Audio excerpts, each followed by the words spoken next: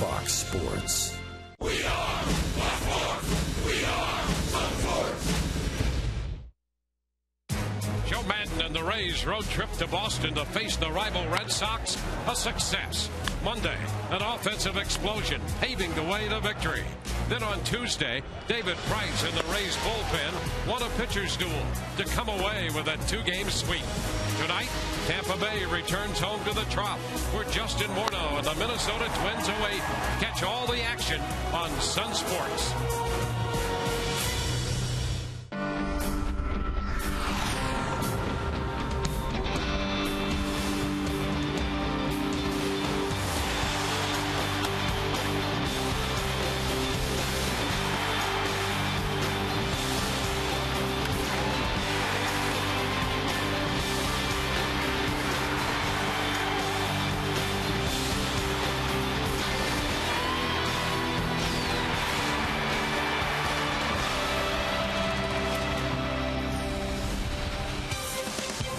After a trip to Chicago and Boston, tonight the Rays return to the comfort of Tropicana Field. And here they will open an 8-game homestand, a 4-game series first against the Minnesota Twins, followed by the Chicago White Sox. Hi again, everyone, and welcome to an evening of Rays baseball with Brian Anderson. I'm Dwayne Stats. Great to have you looking in tonight. Todd Callis will be with us throughout the evening as well. Well, things turned out to be pretty good for the Rays on this last road trip, Brian. By the time they got to Boston, they found not only a couple of wins, but an offense, and it really all started with Johnny Damon's first inning home run in the first game up at Fenway. Yes, it did. And Johnny Damon, talk about a guy that needed that. He came into the Boston series 4 for 32 on the season. That's a batting average of 125. He had 1 home run and had driven in 2. Look what he did against Boston Red Sox. 5 out of 9. Had the home run, of course. The first pitch he saw in that series gone, and he never really stopped. Drove in 5 runs, had 2 very good games. Had a 3-hit game, went 3 for 5. Drove in 3 in that game, and then in game 2 went 2 for 4 with 2 RBIs. So very good news for Johnny Damon, and hopefully that translated into very good news for this Rays O. Yeah, and with the Minnesota Twins in town, interesting similarities between these two clubs. They've struggled offensively, not off to the kind of starts they'd like to have. And even the starting pitchers tonight, James Shields and Carl Pavano, they've had a good outing, they've had a not so good outing. Yeah, well, James Shields is going to show up tonight. You know, you had James Shields, the first start of this season for him, a very compact delivery. His stuff was working downhill. It had late life. The changeup had good action on it. He had a great game. Then the last start against the White Sox, he started to over-rotate a little bit. Pitches started to stay up in the zone. They flattened out. The changeup didn't have the dip. The fastball had the velocity, but not the location. He had a bad outing. It'll be important for him to regress in order to move forward in results, and he better, because Carl Pavano, this is a guy coming off an outstanding outing. He's just 1-1 with a 6 ERA on the year, but he's coming off a start where he went 8 innings, gave up 1 run, picked up a win. He's also a guy that won 17 games last year, and you saw that mustache there. Outside of this booth, best mustache in baseball. You're so kind. Pavano, 98 wins in his major league career. James Shields, the winningest pitcher in Rays history, coming in with a mark of 56 and 52. The Rays and the Twins starting a 4-game series tonight. When we come back, the other side of the Rays pitching staff, the bullpen, was good in Boston. Todd Callis has more on that.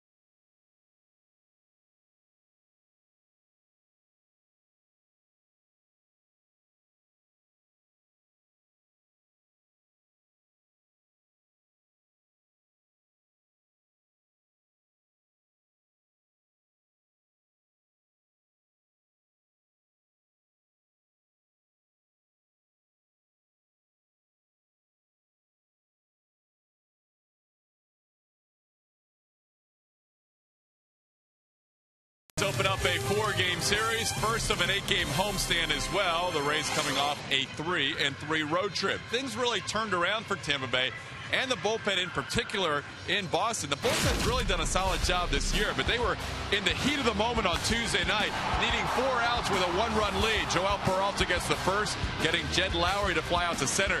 Then a really good job by Kyle Farnsworth, getting Jacoby Ellsbury, J.D. Drew, and a lot of Red Sox fans thought Poppy had tied it up, but David Ortiz flies out to right as Farnsworth gets the job done in a hostile environment. As you can see what Joel Peralta and Farnsworth have done on the year, the 2 veterans in the bullpen. They have done a great job really locking things down. The Rays haven't had a lot of chance for wins, but when they have, Peralta and Farnsworth have got the job done, as Joe Madden talks about. I really wanted to utilize the more veteran guys there under those circumstances. Hopefully the next time we go up there, I think is in August, I'll have more guys broken into that later in the game role where they're a lot more comfortable with it. But it was good to see Joel get his out against Lowry, who has been very hot. And then, of course, Farnsworth with the 3 pinch hitters, man. They threw them at him, and he came out there with his breaking ball blazing. It was really nice to see that, and he did a great job.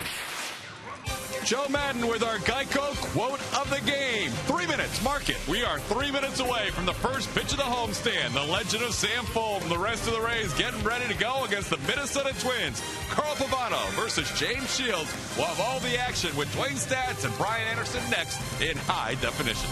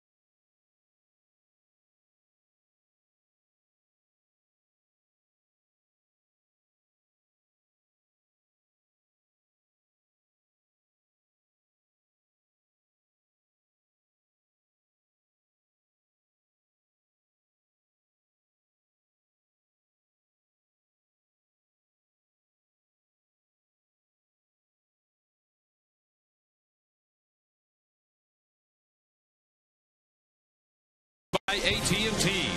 Checkers. Feast on. Publix, where shopping is a pleasure.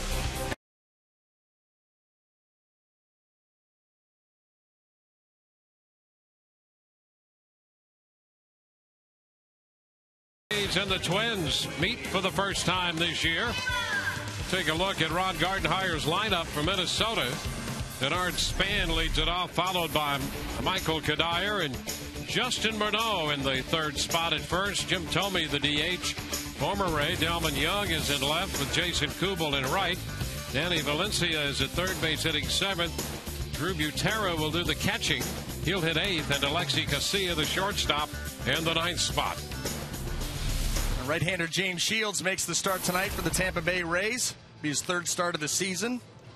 You see the season numbers there. He's coming off a start which he went 6 innings, gave up 5 earned runs against the Chicago White Sox. Did not strike a batter out in that game for only the 2nd time in his career.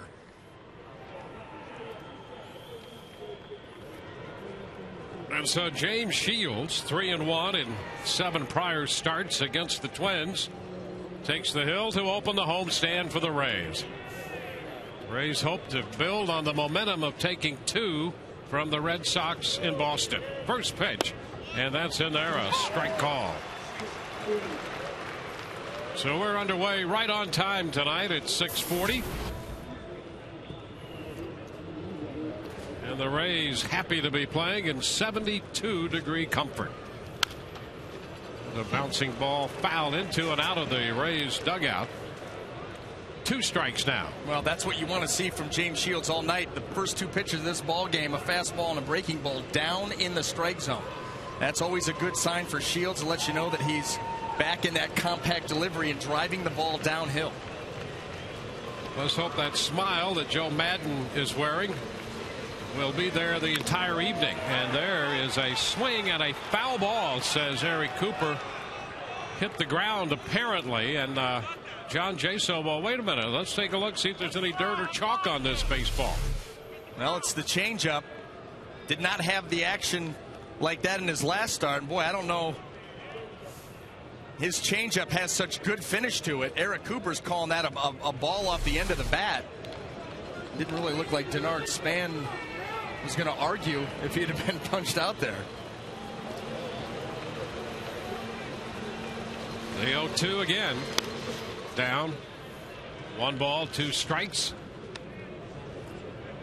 So John Jaso doing the catching tonight for the Rays. And he hasn't been altogether satisfied with his throwing and some of his catching mechanics. And he was out earlier today working on those with Bobby Ramos.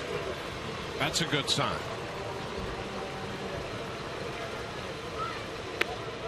Too low. That squares the count. Well, think about this, Dwayne. I mean, hitters, they're out there taking batting practice every day. They're in the batting cage. They hit early. They hit off tees.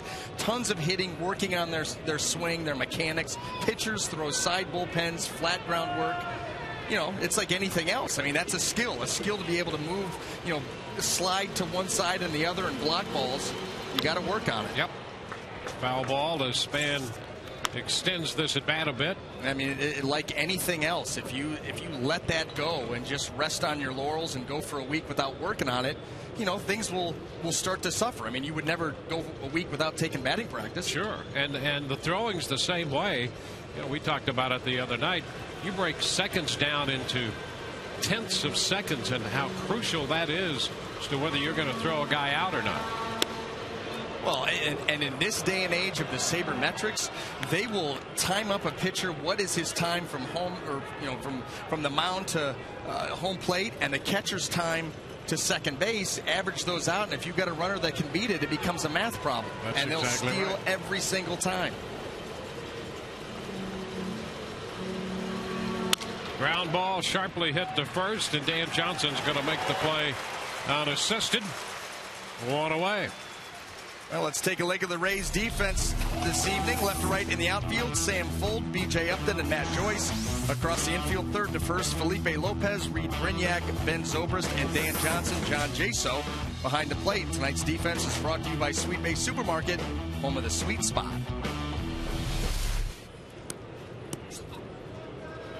So here's Michael Kadire. He's at second base. He played all over the place last year for the Minnesota Ball Club. Playing second base in this game tonight. That's a strike. He played a lot at first base last year in the absence of Morneau in the second half.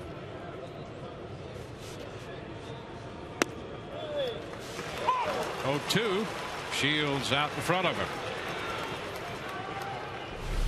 Take a look at this pitch. Look at that late life working its way down and in. 1 ball, 2 strikes.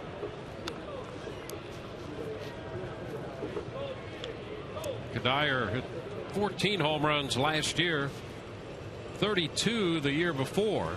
There was a home run drop off. Going over to their new ballpark, and he is out on strikes, reaching for that changeup. 2 up and 2 down. Now, so far, so good for Shields. This changeup, that shows you how good that pitch is. He's trying to throw that pitch right down the middle. Good drive right towards home plate. Good direction. great finish. Now here is Justin Morneau. The pitch is down to him. Morneau, such a big part of the Twins' success story through the recent years, and in the second half suffered that concussion. 1-1. That came the first week in July last year when he collided with John McDonald's knee and suffered the concussion and was out for the rest of the year. Well, even came into spring training this year limited, taking it easy with him. That's what scares you, is a concussion last July, and you're still being very careful with the guy the following February, March. He lifts a high pop foul that will carry out a play, holding the count at 1-2.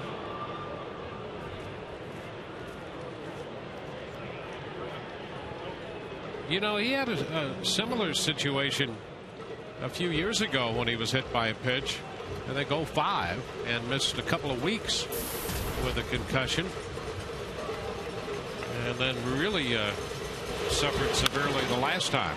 That's going to go through the right side for a base hit. So Morneau has the first hit.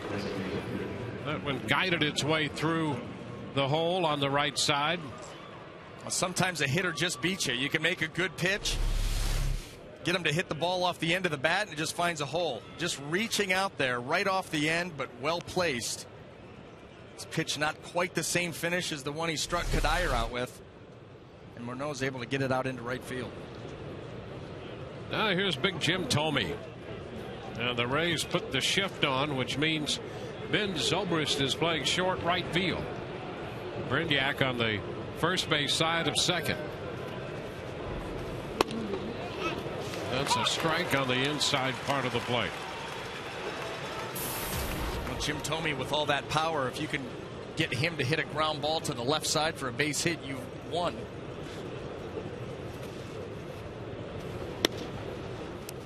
One ball, one strike.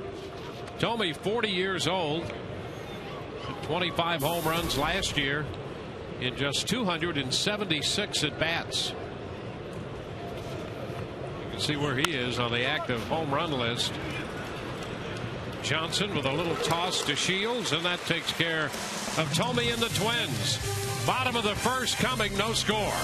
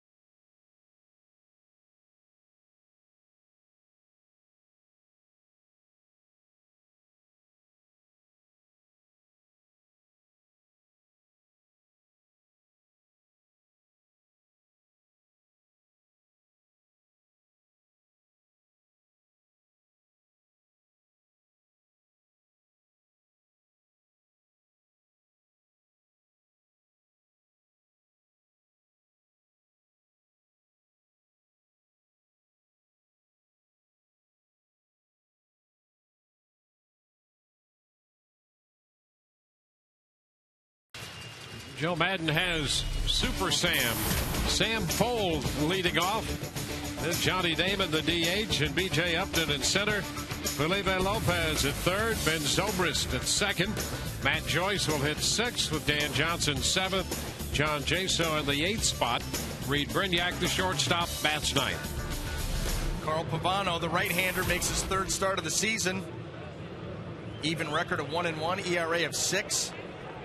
It was the Twins' opening day starter coming off a strong outing against the Oakland A's. 1 earned in 8 innings. And the first pitch is a strike.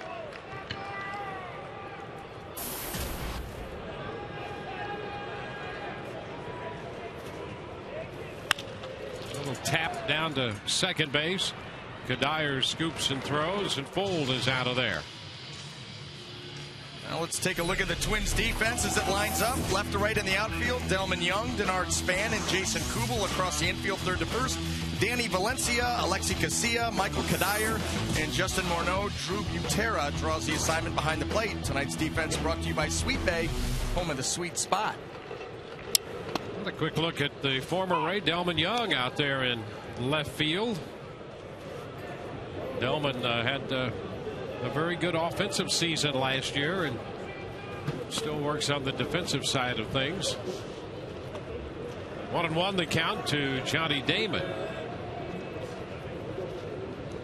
Twins as a team coming in not altogether satisfied with their defense so far, and that's unusual for a Minnesota Twins club.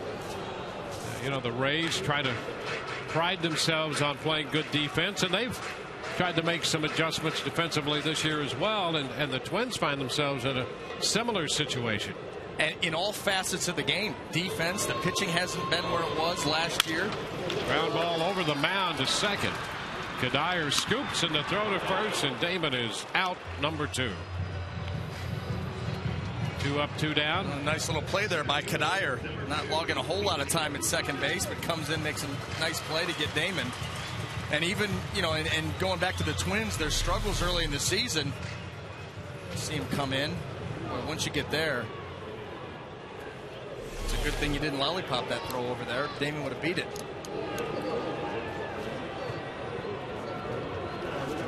It's B.J. Upton. Outside, 1-0.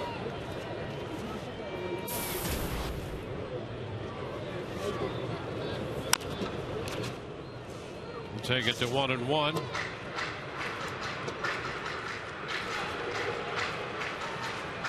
Look at that, the lowest percentages in the American League. And you just would never think you'd find the Twins there. Never. I mean, that's the one thing they do pride themselves on. Being a solid pitching staff, not giving up the free pass, doing the little things. No walks, hold those down, catch the baseball, don't make mistakes, don't have self-inflicted wounds. Make the other team beat you, don't beat yourself. Well, the fact that their pitching coach, Rick Anderson, if he had to give one piece of advice, and that's all to his hitters, in the past he would say, throw strikes, let them hit it, we'll catch it. Yes. Because the Twins defense has been so steady and so good through the years, and you, as you well know, you put good defense behind good pitching, it elevates the level of pitching. There's no question about that. Guys, outfielders that can run and run down balls in the gaps, infielders that have range, good hands. BJ takes it low for a ball, and that's that changeup.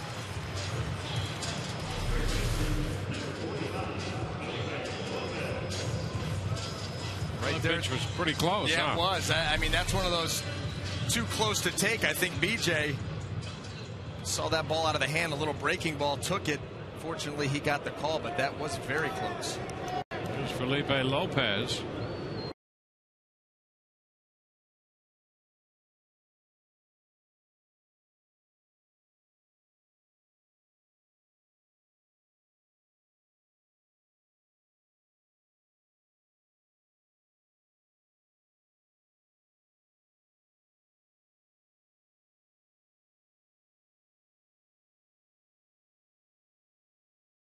Unlike the Minnesota Twins. And that was a fastball at 88, but his off-speed stuff will make that fastball look quicker than it actually is. That ball looked quicker than 88. He's a pitcher. He knows how to pitch, move the ball in and out, change speeds. And he has Lopez out in front. Again, that changeup strikes him out. We're at the end of an inning. No score.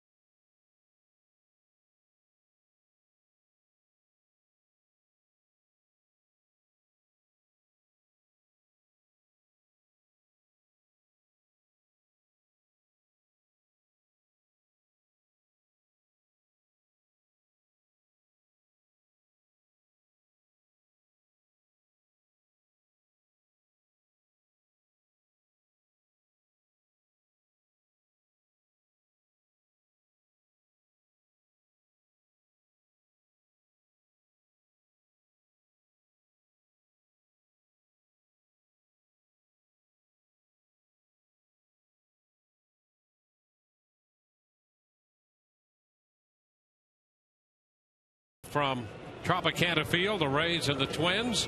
Delman Young goes after the first pitch and lifts a high popper short right. Zobrist angling out, but here comes Joyce from right field, and Matt makes the catch. Well, we've talked about the troubles both these clubs have had offensively, and you can take a look at the breakout right here. Average runs per game. We always talk about in the East, you got to score about 5 runs a game to contend. Yeah, neither team getting it done. The Twins, those home runs, that's last in Major League Baseball. They also had their lowest amount of walks, just 23 walks on the season for the Twins, which is last in the MLB. Kubel takes a pitch outside. You know, here's a team a year ago, the Twins led the Major League in hitting with runners in scoring position. They had a team average of 285 with men in scoring position a year ago. That's pretty remarkable.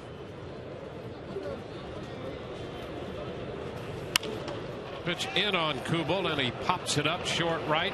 Joyce coming in again and chases Zobrist off the play. 2 gone. That was a nice pitch there by Shields. A little cutter right in on the hands of Kubel, a guy that's had a lot of success off him. Swinging the bat well so far this year.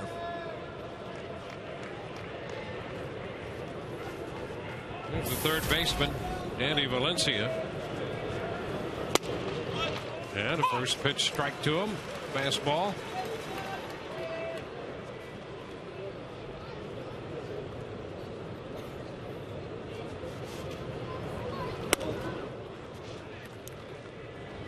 One and one.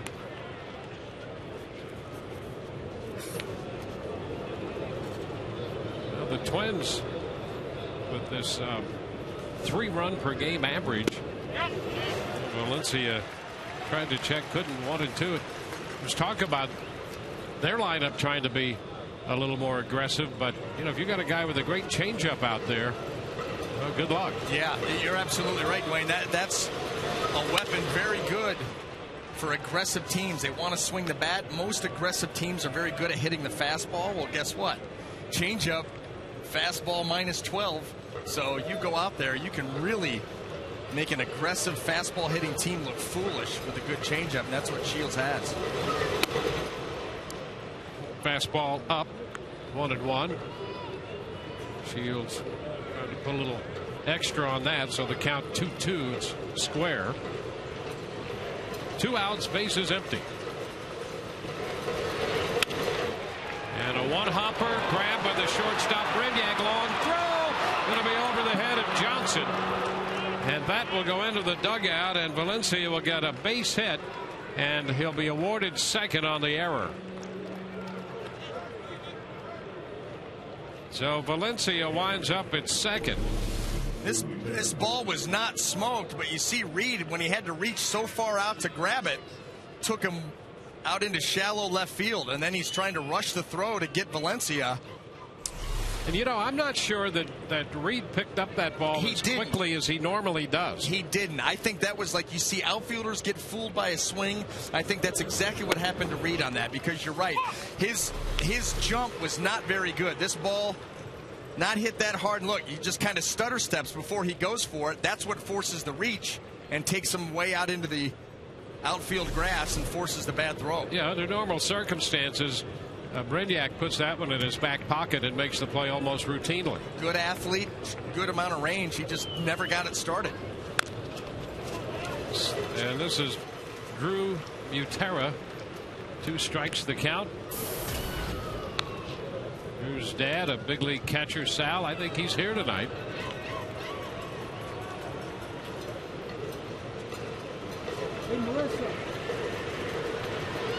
Valencia on second. Slow. A ball, 2 strikes.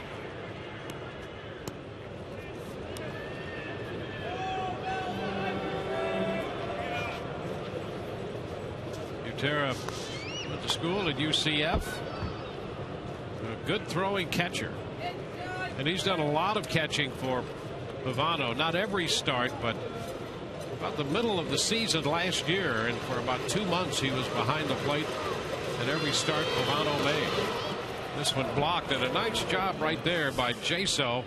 So maybe that extra work's paying off. Dwayne, he did. He slid out there nice. But that's why you do it. You got to stay sharp so you don't get lazy.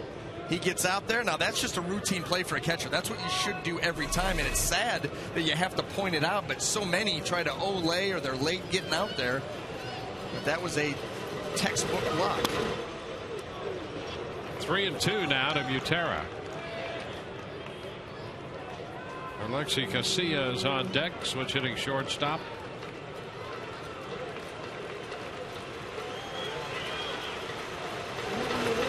And the ground ball to short. Brignac plays this one routinely, and that retires the side. No runs, a hit, 1 error, 1 left. Ben Zobrist will open the bottom of the second, no score.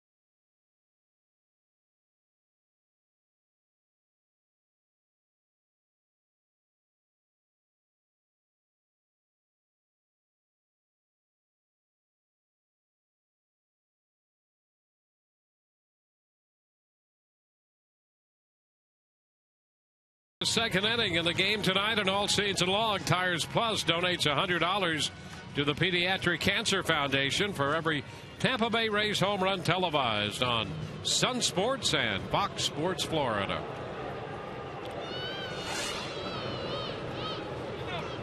Ben Zobrist.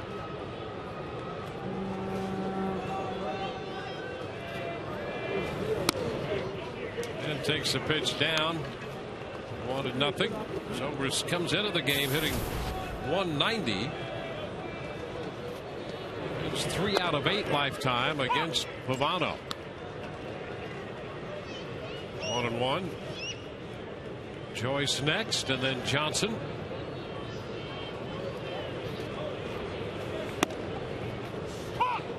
And a strike, 1-2. Nice to be home, isn't it? It is. Yeah.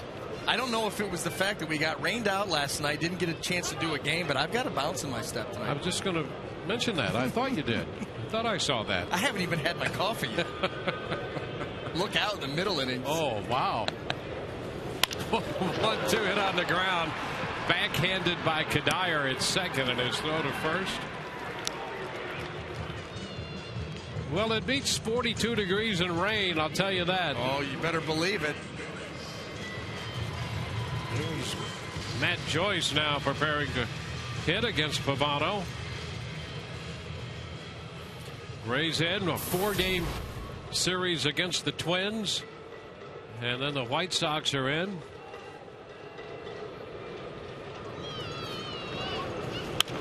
The foul ball. Good reason to come to the ballpark for both these series when the Twins are in.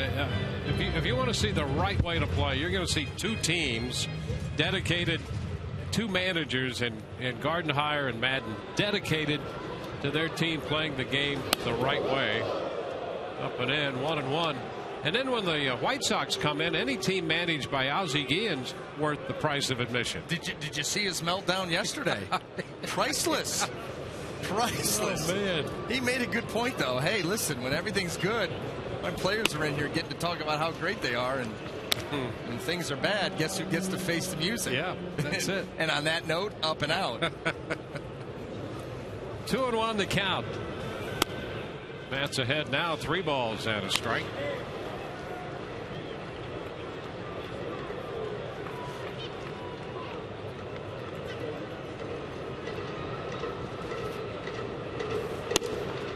Oh, he thought he had drawn the walk right there and was headed to first.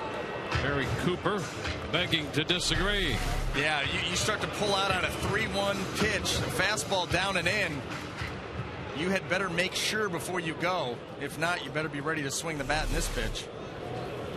And the changeup has him out in front, so Bavano comes back from 3-1 to get that strike 2 call, which was a strike on Fox Track, and then he threw the changeup to strike him out. Yeah, and what you've seen here in the early going is the good fastballs that these pitchers are working down in the zone makes that changeup a strikeout swing and miss pitch, because now you throw it in the same area as those fastballs, which are bottom of the strike zone, and they bottom out. They take it down to the, right down to the plate, down close to the dirt. And hitters, because that pitch is getting called to strike, they all of a sudden see 4-seam spin. They have to swing. Dan Johnson takes it the other way, and that's going to carry to Delman Young, and it's a 1-2-3 inning. On to the third, scoreless.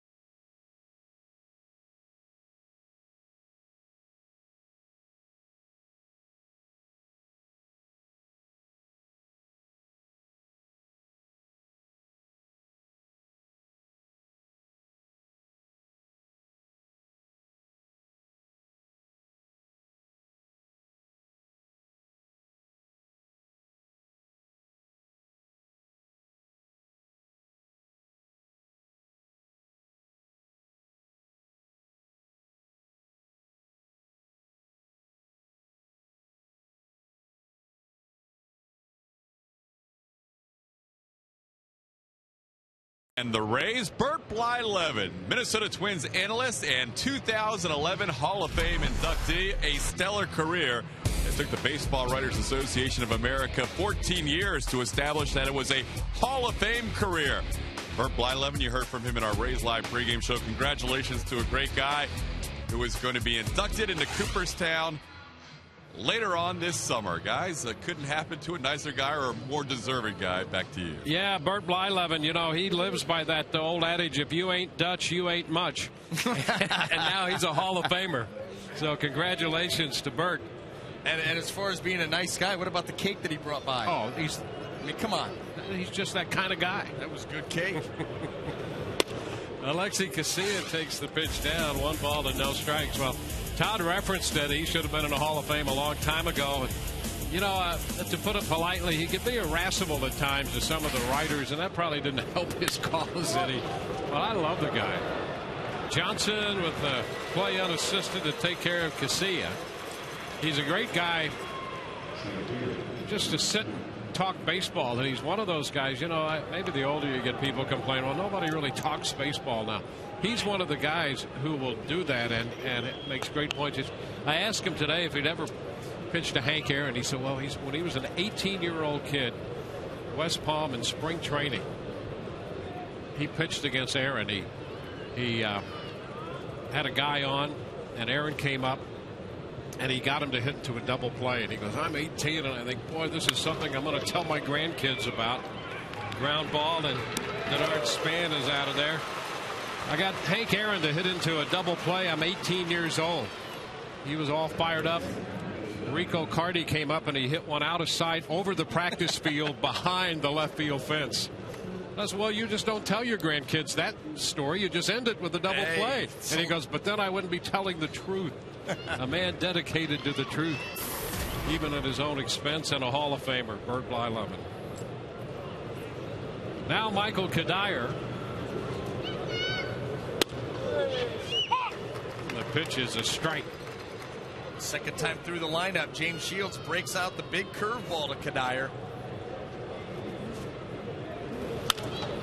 High popper up the right side. That's going to carry out a play. And Shields ahead of Kadire. He got up 1-2 on Kadire first time and had him way out in front on the changeup. Well, he, as you pointed out, threw the curveball for the first strike.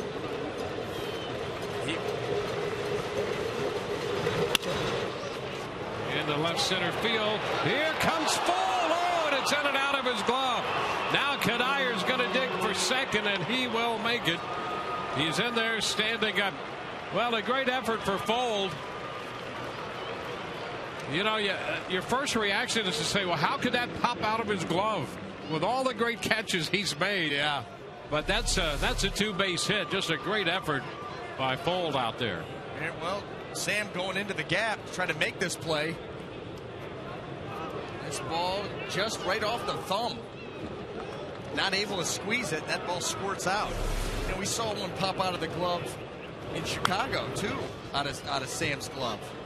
He's made a couple circus highlight reel catches, and then had a couple that have squirted out of that glove. A strike to count to Justin Morneau. So Kadire picks up his first extra base hit.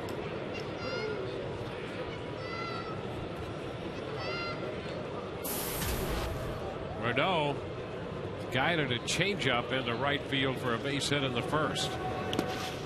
And again, a nice stop right there by Jaso. 1 ball, 1 strike. We're in the third. Shields making his third start. There's Kadire.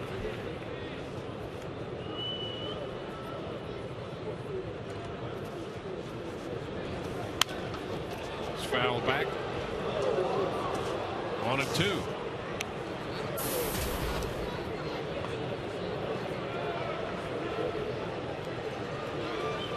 Rays were 5-3 against Minnesota last year. The Twins in for 4. Rays will actually make 2 trips to Minnesota this year. And Morneau is out on strikes. So that retires the side. A man left. Jaso to lead off the bottom of the third. No score.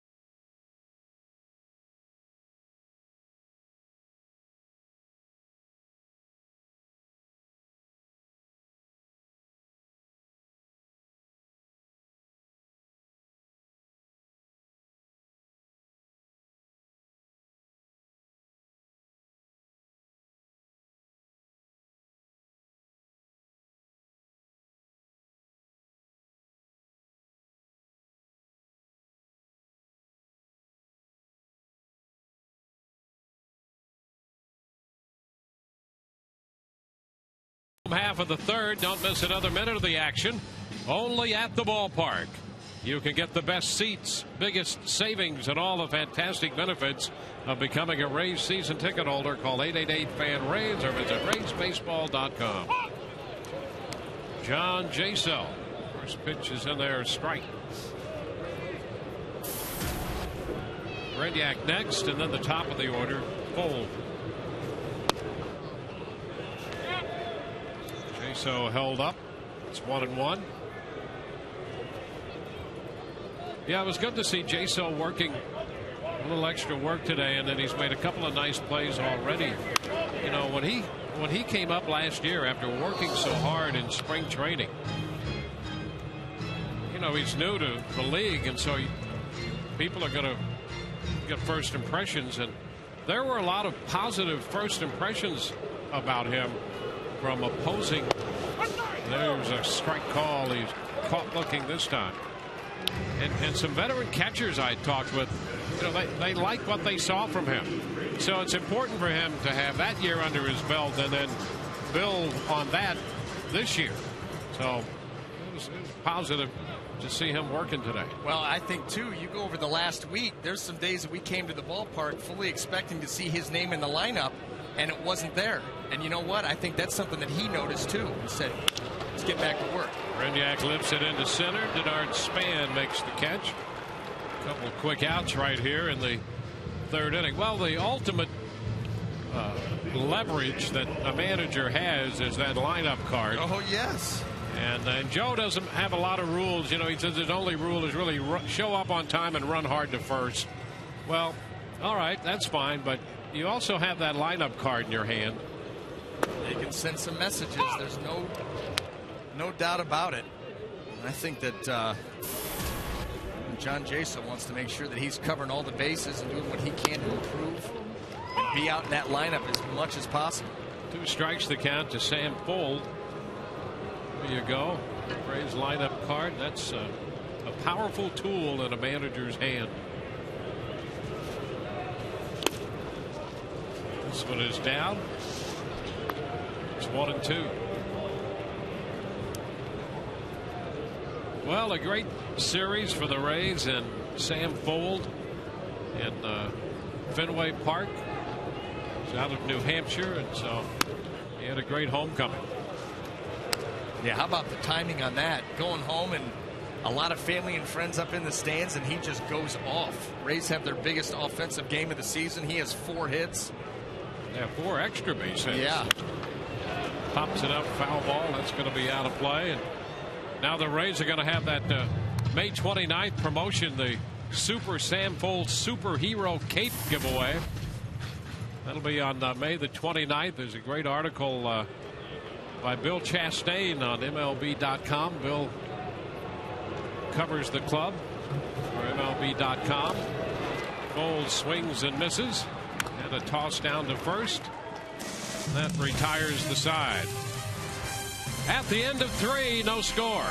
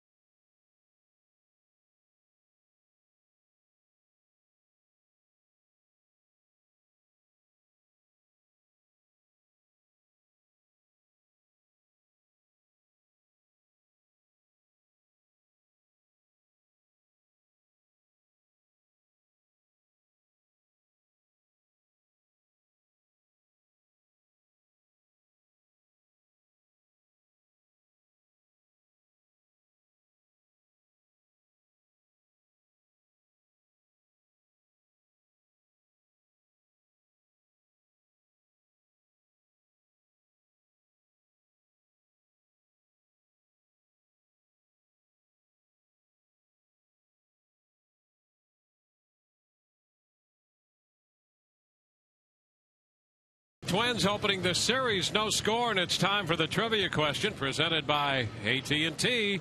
James Shields has thrown 200+ innings in 4 consecutive seasons. Who was the last pitcher to throw 300+ innings in a single season? Well, he's a workhorse, but there was a time when a workhorse threw 300 innings. I can't even imagine that. I mean, I really can't even imagine that. These guys were amazing. I mean, even the workhorses now, they get their 33, 34 starts, and they'll throw 245 innings. Yeah, 33 starts in those days. That was the 5th starter. Yeah. Actually, there wasn't a 5th starter back then. That's why they threw all those innings. It was a 4-man rotation. And guys would get routinely 40, 42 starts. And have 3-year careers. I'll guarantee you, the guy who we're looking for did not have a 3-year career. Well, no, I'm sure he didn't. This guy. It wouldn't be a very good trivia question, now would it? Little ground ball right side. Johnson to Shields. 1 away. Well, I'll tell you what, James Shields has been sharp in the early going tonight, and this is a big reason why. How about this? Fastball down and away. Commanding that fastball down to both sides of the plate. That allows that changeup to bottom out. He can keep it right on the plate. That's been a good pitch. He's dropped the curveball to Kadire, sharp break, and then how about this? The backdoor cutter. He's got them all working right now.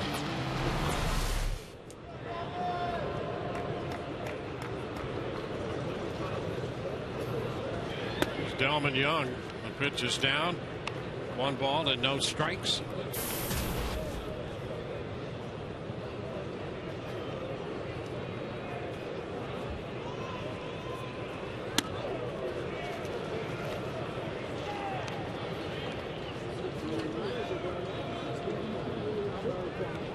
The count. Young, who went after the first pitch his first time, is ahead in the count this time.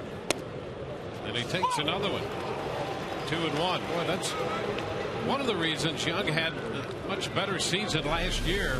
He still likes that first pitch, but he's taken 3 straight pitches now. Well, I'll tell you what, you want to swing at that pitch, he's just going to ground out.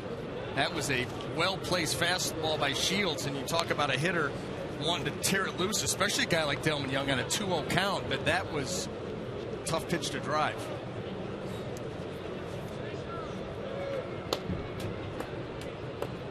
A 3-1 count to Damon.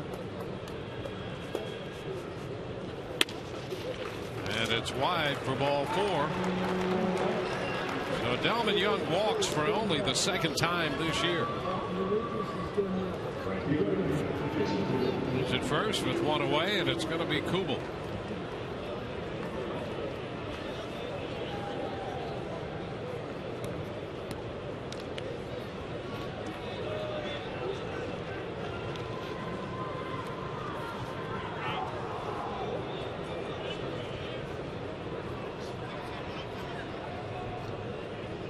Kubel got a fly ball into right his first time. And it takes a strike. A breaking ball right there.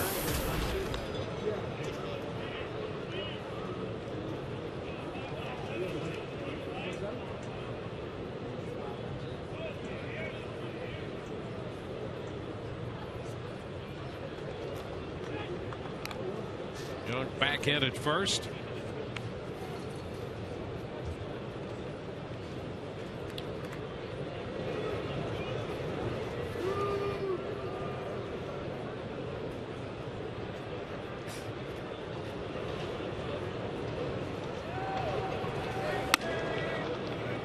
Pitch was close. Kubel started to go, but checked up.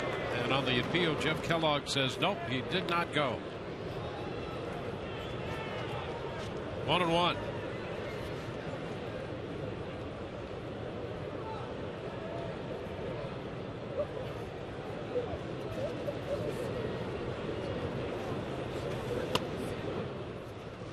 And now a 2-ball and 1 strike count.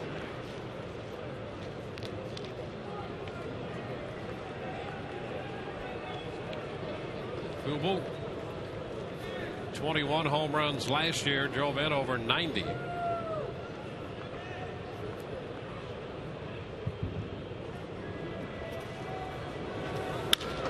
And a fly ball headed toward left center field, not overly deep.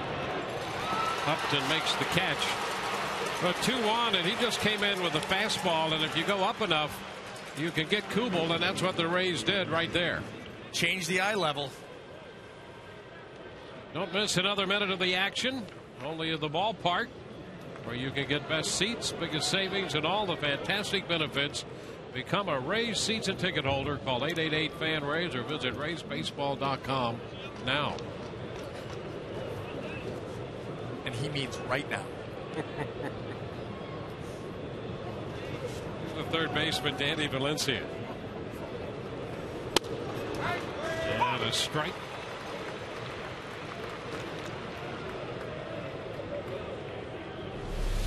How about this? Shields' little slider there. 84 miles an hour right on the corner. Add that to the list. And a pop-up foul ball. That's going to carry out of play. Back into the stands for a souvenir, and the count goes to 2 strikes. Well, Shields has a wide variety of pitches. And a great changeup. And that fastball can be an above-average fastball at times. Has been tonight. And there is strike 3 call. Fastball, Valencia caught looking. No runs, a walk, and a man left. We go to the home half of the 4th. No score.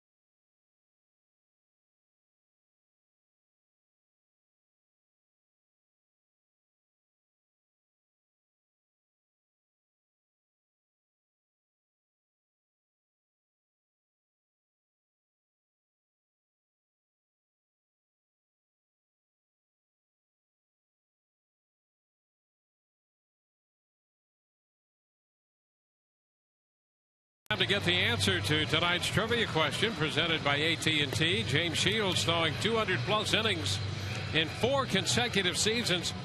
Who was the last pitcher to throw 300-plus innings in a single season?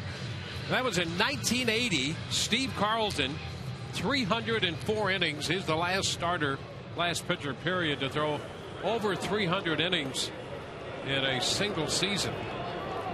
And some of the workloads of those guys just legendary. Pitch to Johnny Damon is outside and low. You know, we were talking the other night. Fergie Jenkins pitching for the Cubs. It's a broken bat. The bat's in foul territory. The ball in fair territory at second. Kadire to Morneau, and Damon is out of there. Fergie Jenkins won 20 games 6 years in a row pitching at Wrigley Field, and had at least 20 complete games in every season of that stretch. How's that? Oh, I mean, that's unheard of. Just great stuff. Unheard of. Amazing. Amazing stuff. Yeah, 300-plus innings. B.J. Upton. And you were right, Dwayne. He had a lot longer than a 3-year career. However, I mean, he disappeared. Yeah, but that was his own choosing. Well, that's what 300 innings will get to you. There's a line drive into right, and it's caught by Kubel.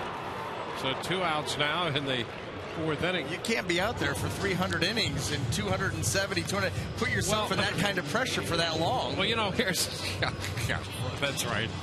Here's the great thing, you know. I mean, Carlton had a lot of strikeouts, and Jenkins could strike guys out, but Jenkins also could have quick innings. He'd throw that sinker.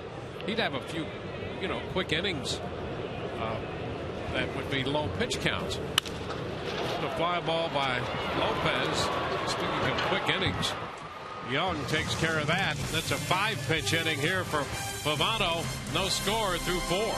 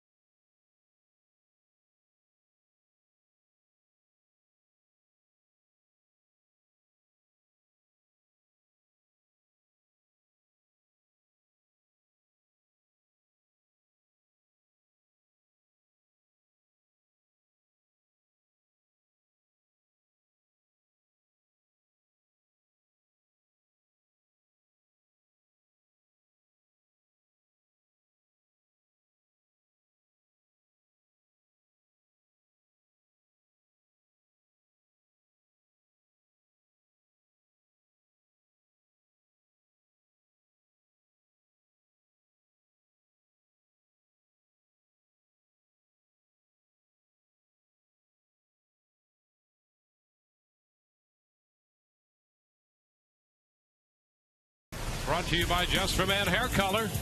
We'll be with you again tomorrow. The Twins in here for a 4-game series, and the White Sox for 4.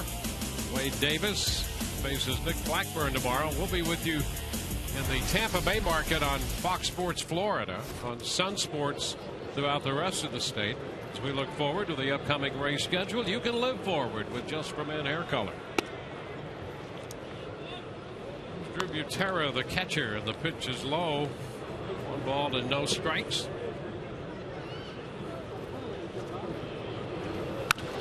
Butera pops it up. Foul ball, and that ball will be out of play. You know, talking about all those innings, Brian, the guy we were discussing earlier, Bert Blyleven, he could put together some high innings seasons. In fact, in 1973, he threw 325 innings. How's that? There he is. In 9 seasons, he was over 250.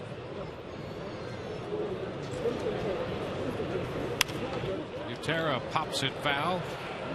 1-2. All I know is, yeah, you keep throwing these numbers out at me, and I keep feeling less and less of a man. I was able to do that over a couple of years combined. Well, you had a couple of individual seasons with 200 plus. I eked over 200. Ground ball the third. Lopez takes care of that. Well, you know, different time and place. Truly, it was a 4-man rotation for the most part. You know, I think Bob Gibson had a stretch, you know, in the late 60s when he posted that 1.12 ERA. He had a stretch over a part of 2 years where he made 69 starts, I think, and threw 56 complete games. That's what's incredible. I mean, those guys went out there with the idea that there is no bullpen. Yeah. I'm getting 27 outs. That's right. That's it. Here's Casilla hitting one down the right field line. That ball is a foul ball. Long strike.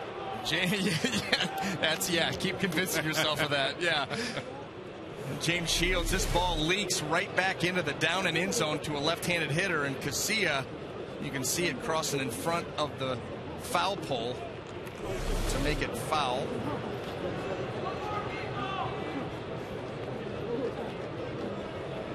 You want to stay out of that zone. Down and into a lefty gets dangerous.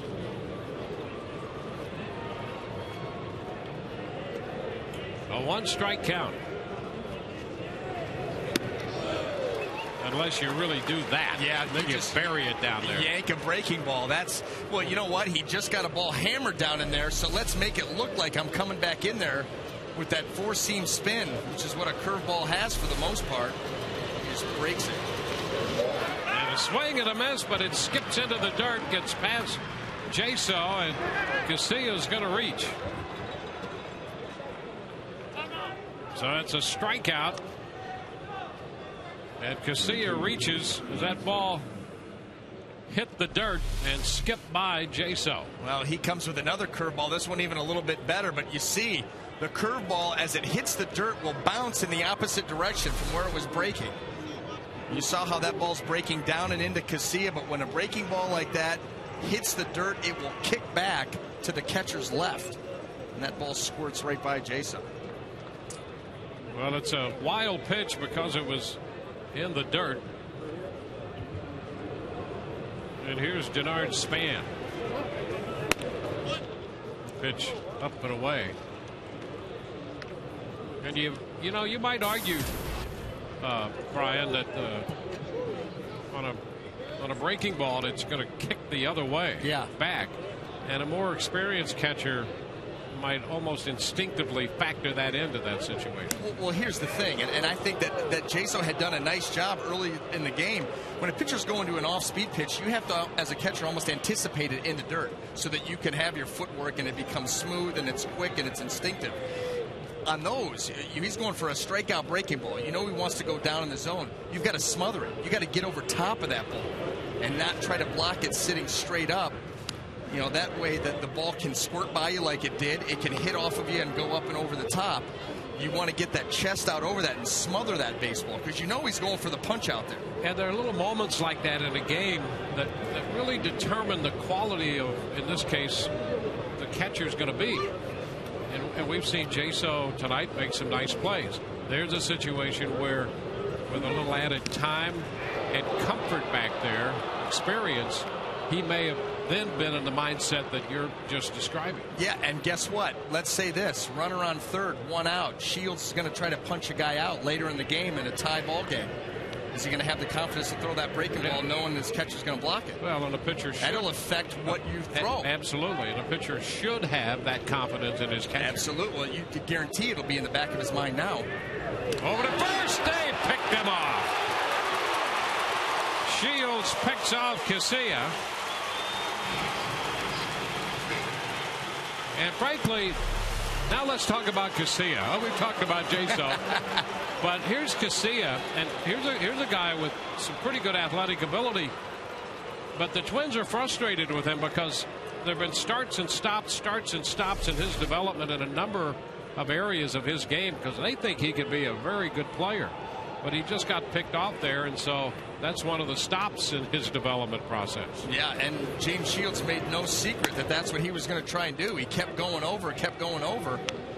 He caught Casilla guessing right there. Quick feet, good throw. But you're right, Dwayne. That's a situation. You're fortunate to be on first in the first place after striking out, and then you get picked off. Shields picking up his catcher. 2-0 the count, and a shot to center field. BJ's going to watch this one bounce over his head. One hop to the wall. Span with great speed turns and hangs on at second with a double. So the Tampa Catholic product, Denard Span, hit that ball. He's starting to swing the bat. He had 4 hits for them in Kansas City in their last game of that series, and he's a good hitter. Just a mistake. You know, those happen. Shields been very good all game long. This fastball catches too much plate. Span rips it to center. BJ playing very shallow, especially with Span. That ball jumps over his head. And Denard with his family here rooting him on.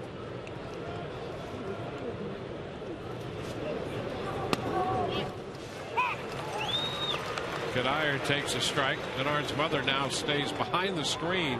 Remember a couple of years ago he had a foul ball that hit her in the stands. So they make sure she's well protected behind the screen now.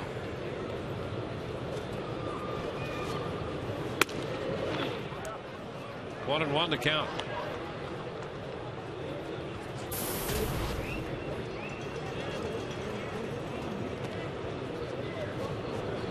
One and one the count. In on Kadire, and he fouls it back. 1-2.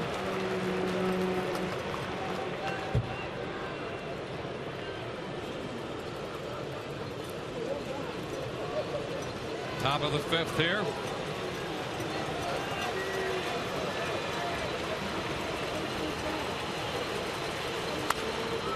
Foul out of play.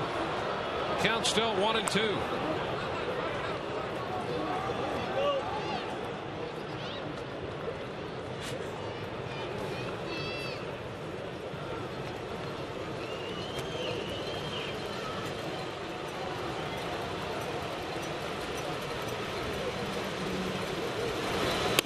Inside. 2 balls, 2 strikes.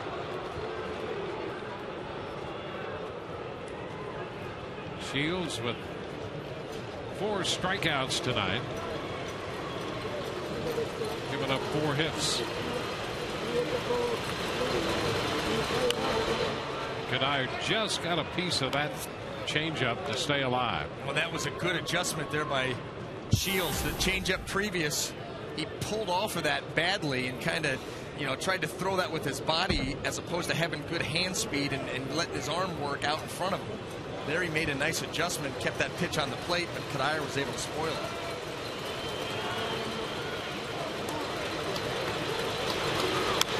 And again, he had Kadire way out on that one.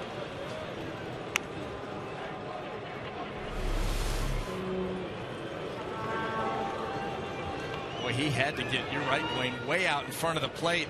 Watch him reach. Really has to reach. Recognize his breaking ball. Just able to foul it off. I'll tell you what, if he could belt high a fastball here with a little bit of late run, he could get that ball right in to jam Kadire. He got in there earlier in the game, but the ball fell in out of the glove of Sam Fold. But he's got him leaning and set up now for the hard stuff. 2-2. And he pops it up. Right side foul. Johnson digging hard. Are they going to get there? He made the catch, goes into the dugout and hangs on to it. And right there is Mark Carlson, the first base umpire, tracking Johnson to make sure he caught the ball and then went into the dugout. And Johnson, full steam ahead. Take a look at this. He's in play, makes the catch, and down the steps and into the dugout. He's all right. That's a great play by Johnson and a great call by Mark Carlson. No score, middle.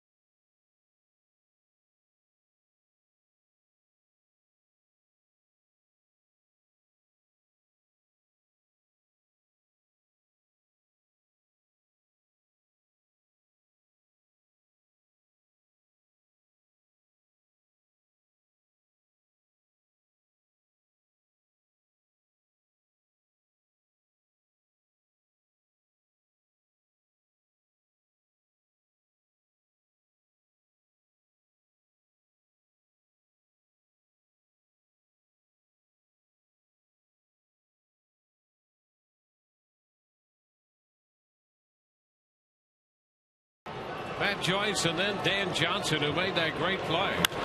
Zobrist, after the first pitch, skies it to the right side. Morneau, that's a fair ball just back of the bag.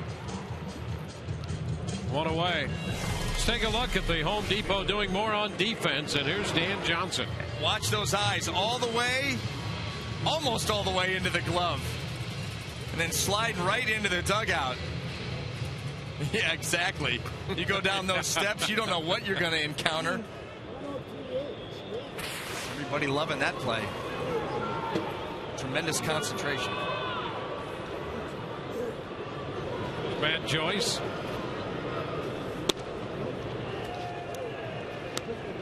Pitch down a little bit. It might have been the change, although it had the action of a breaking ball, curveball. There's a strike, 1-1. Whatever it was, he came right back with it. Off speed with some down movement. Yeah, there it is. It could be any number of things. This one is down. Well, you know, he was around Al Nipper in his time with the Red Sox, and I remember Nipper when he was with the Cubs. He threw a lot of off-speed stuff. There's a base hit the other way, and the Rays have their first hit. One out single by Matt Joyce through the hole, and the Rays have a base runner. And Nipper, the word was that Pavano learned that off-speed pitch. He called it a fosh from Nipper. And then he'd also been known to throw a circle change, which is a little more conventional. Yeah. Well, the fosh, you know, you almost, at least the way I understood it, was you keep almost like a stiff wrist. There's no wrist action in the pitch where, you know, a circle change, you kind of end up just by virtue of your pitching mechanics, you roll over the top of the baseball, and that's where you get the little flop action like you see James Shields. Some guys get a fade, but the fosh is you tuck that thing so deep into your hand with your fingers on top of the baseball, almost encircling the baseball, and you throw that with a stiff wrist, and the ball just dies. I mean, it gets to home plate, and it just runs out of steam, and out goes the bottom. Remember Dave Justy threw a palm ball. Sounds like that. Yeah. Yeah. This one is down. Well, they were change-ups of one sort or another. That fosh, the palm ball, the circle change. Some may be more dramatic than others. As long as they get outs. Joyce back in. Nick Markakis has hit a 2-run home run, and the Orioles lead the Yankees 2-0 in the bottom of the third. Orioles starting the day 6-4, and the Yankees 6-4. Again, the first. Joyce back in. Joyce, a couple of pitches ago, had bluffed a little start over there, and so now Pavano's paying a little closer attention to him. A little tap foul. Johnson is out in front of that changeup. 2-2. That was almost a quick pitch too. After a couple throwovers, he came set and boom, right to the plate. And that's what a pitcher will do. You get the idea that a guy's going to try to steal a base, especially if you're a right-hander with your back to the runner. You got to switch up your times to home plate. Well, get exclusive deals and coupons delivered right to your phone with the free TampaBay.com/things-to-do iPhone app powered by the St. Petersburg Times. It's available now at the iTunes App Store.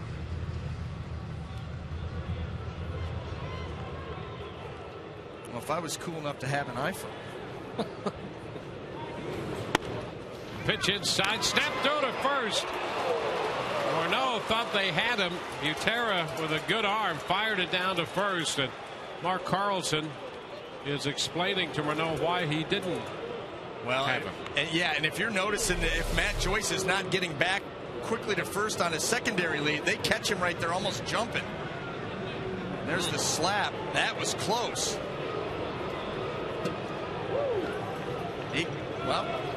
If that even grazed the top of that hand, the glove got there before Joyce's hand did. would have did more. Don't come back and tag him again. And that, I mean, maybe if he just come right away from that, as if he tagged him. You may be right. A lot of times when you go back, you will not get the benefit of the doubt. And Joyce takes off on ball 4 low to Johnson. Well, if you go back to tag him again, it's like if you got a close play at the plate and you're sliding in, maybe you miss the plate, but you get up and run to the dugout. That's right. Make him you don't go back and try to tag it, because then you've got a whole cat and mouse game of who's going to get to the plate first. Yep. And you just admitted that I didn't touch it. Yeah. You go back for the tag, you're saying to the umpire, I missed him. I'm trying to get him this time. Well, the Rays have 2 men on now with 1 out. John Jaso stepping in.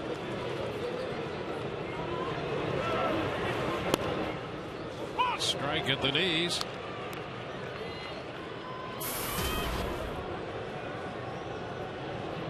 Jaso coming into this game was 2 for 5 overall against Pavano. Now a pickoff play at second, and they get him. Tim Timmons calling Joyce out. So the Rays lose that base runner in scoring position. And look at all that space that Casilla had. Well, that just cannot happen. He's cutting behind as Joyce is moving further off the bag. There's the throw. I mean, that hand may have gotten back in there, but that is just too close. I mean, you almost got picked off by the catcher down at first base. They've made it apparent that they're coming after you on the bases. That cannot happen. This is a scoreless ball game in the 5th inning. You finally have put together something after getting the first hit of the game. You get picked off second base. Yeah, and that play was very close to whether the hand was on the bag before the tag or not. But what really sold that was how much Casilla, how much space he had. And you can see, you talk about that daylight play. Yeah, well, I mean, there was big time daylight between the runner and Casilla that time. And he caught Joyce taking an extra step towards third as he was breaking behind him. It's inside. 2-2. So Casilla, who was picked off in the top half of this inning, a big part of getting in behind Joyce to pick off the Rays base runner here in the bottom of the 5th.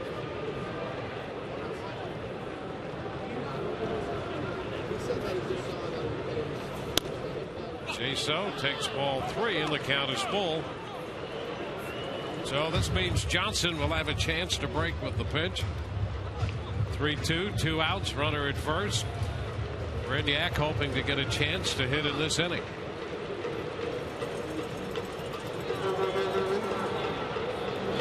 Runner goes and the pitch is fouled away. We'll do that again.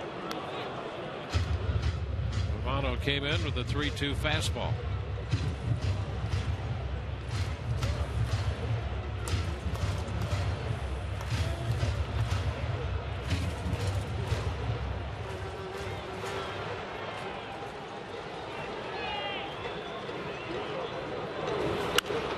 Another foul back.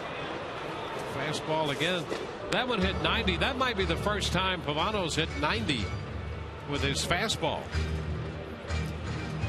Well, he's putting a little bit extra on it right now, realizing Jaso had just seen a fastball. It's a full count, scoreless game, runner on first.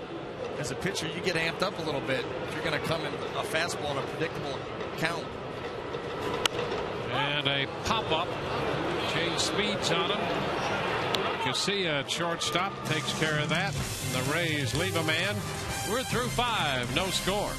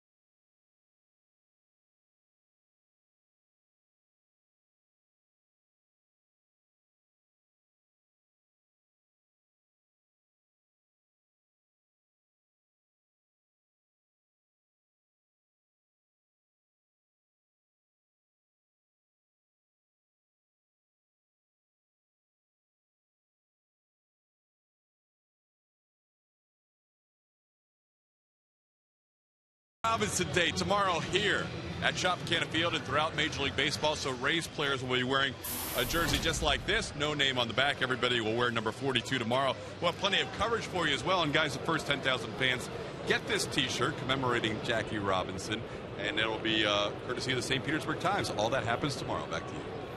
All right, Todd, that's a good looking t-shirt. Pitch to Justin Morneau is too high. Morneau, Tomey, and then Young.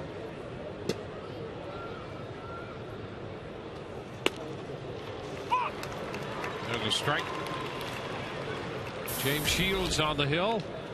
A little over 80 pitches here as he begins the 6th inning. Big cut. Morneau missed it. 1-2. No runs, 4 hits allowed, 4 strikeouts, and he's given up a walk. 2-2. But if you had to pick one guy in this lineup, you'd say, who would you give up a walk to? Well, maybe the last guy would be Damon Young, but he's the guy who has the walk tonight. Now the count is full. Yeah, he has no interest in the walk. He's up there to swing the bat. That's right. It's not an easy task.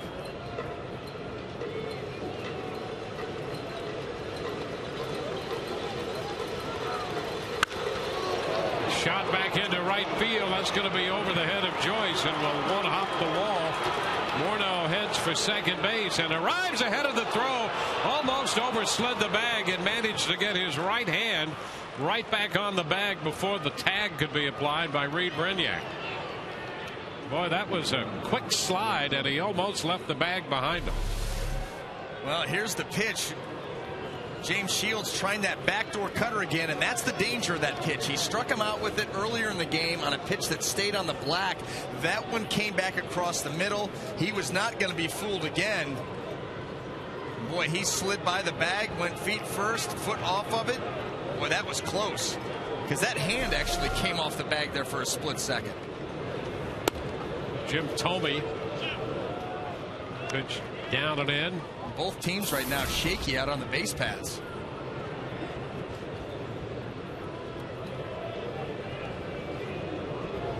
For Morneau, that's his second hit. And this one shot into left center field for a base hit. Pulled up with it, and they're going to hold Morneau at third base. So it's first and third now as Tomey singles into left center. Well, that ball came off the bat of Jim Tomey, and Justin Morneau was reading. You watch him take a secondary lead here. He sees the ball, starts to break, and then he's got to slow up. Sees that it's going to be down. But as he comes up, Sam Fuld, we've talked about his quick release. Line drive, is it going to go down? Now he makes the decision, but it's too late by then, and Sam Fuld gets the ball back in quickly. Yeah, he gets to the ball and gets set up to unload it as quickly as any outfielder. Now here's Damon Young. He swings and sends a shot into deep left center. Pulled back in front of the track to make the catch. The tag by Morneau. He will score. Tomey hangs on at first, and Minnesota takes a 1-0 lead. Damon Young jumps on the first pitch to drive in his 6th run of the season. So the Twins take a 1-0 lead. Now that was a fastball that Shields is trying to get a pop-up, a jam shot. Young gets his hand in, gets the sac fly. But if you're James Shields, you got to stay positive right now. You just had first and third, nobody out. Okay, you gave up a sac fly, but you still got the double play in order here. You can get out of this inning by giving up just 1 run. You got to score to win anyway. Kubel takes it in the dirt, blocked by J-So. And what you don't want to see is this. Jason Kubel's had a lot of success off James Shields, and if you let your mind wander a little bit, they just scored a run, you get a little bit down on yourself, make a mistake, this lead could be extended.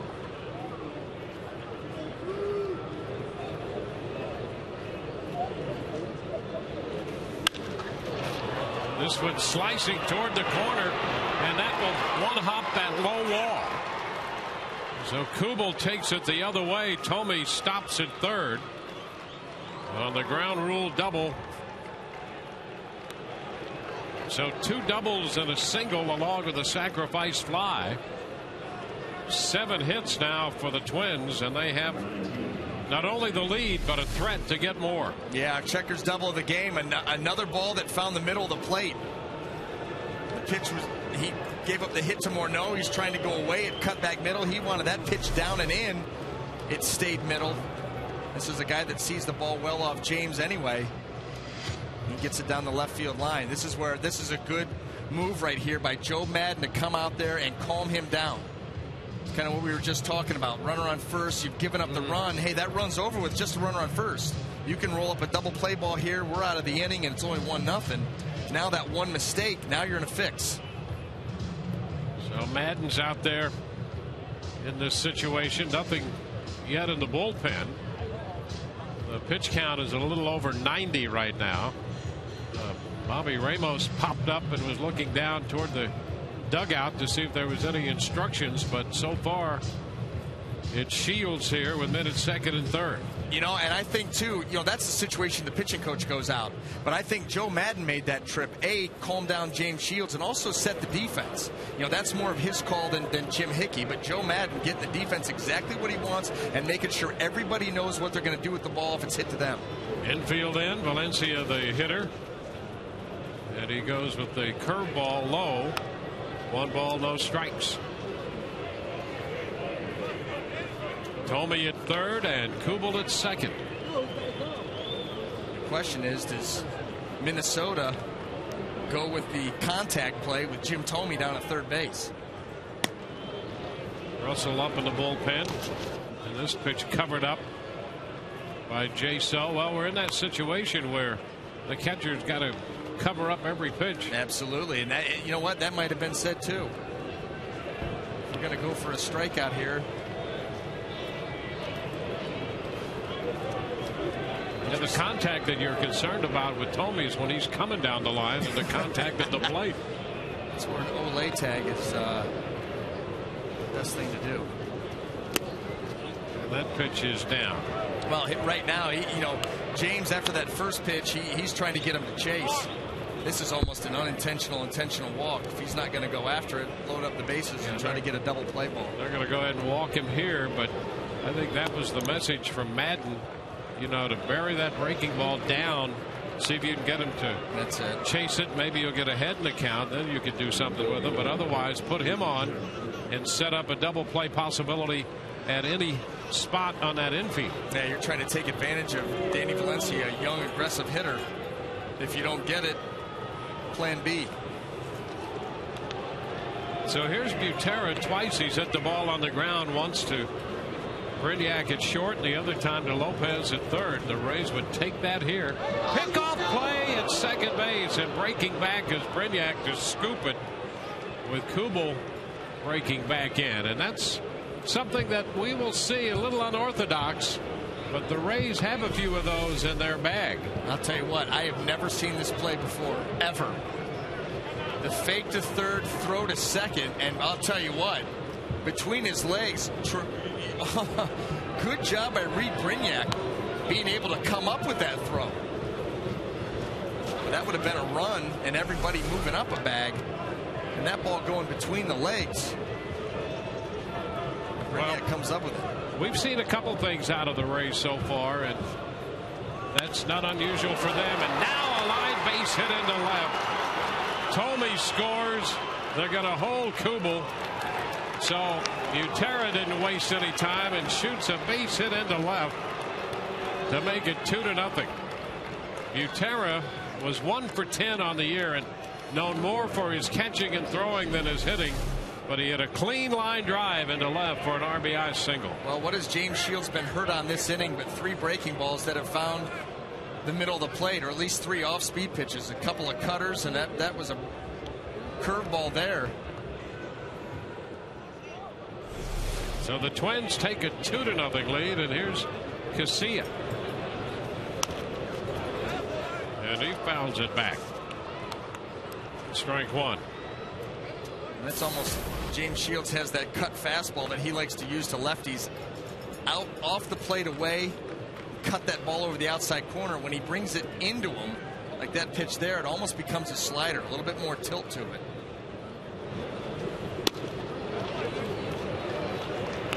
One ball, one strike. That's what has hurt him this inning. 3 off-speed pitches that have found the middle of the plate, and the Twins have not missed. Yeah, these pitches have been up just a little bit more, and they've caught the plate. Yep. And the Twins have done what they're supposed to do, and that's make contact with them. 2-1 now. Well, that's the danger when you get into these situations. You start to try to do too much. You start to try to throw the ball with your body instead of continuing to throw it out in front of you and let your hand work. 2-1. Caught by Johnson on a line for the out. Everybody stays right where they are. So Casilla lines out. And that's the design of that pitch. Take the sting out of the bat. Cuts right in, gets in on the hands. Soft little liner.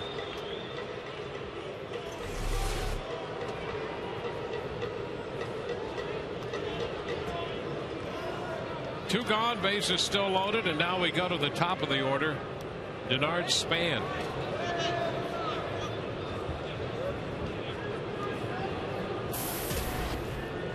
Span doubled in the 5th inning. And he takes that pitch. Span can be a little aggressive up there, and under normal circumstances, that's something that Shields could use against him. Boy, he needs this because this is a big at-bat. You get out of this inning just down 2, you can consider it a success by how much trouble that you were in. Boy, anything more than that, it's going to be difficult. And a pop-up, left side, Lopez. Foul territory, making the catch to retire the side. 2 runs score. They leave him loaded. 2-0 Minnesota.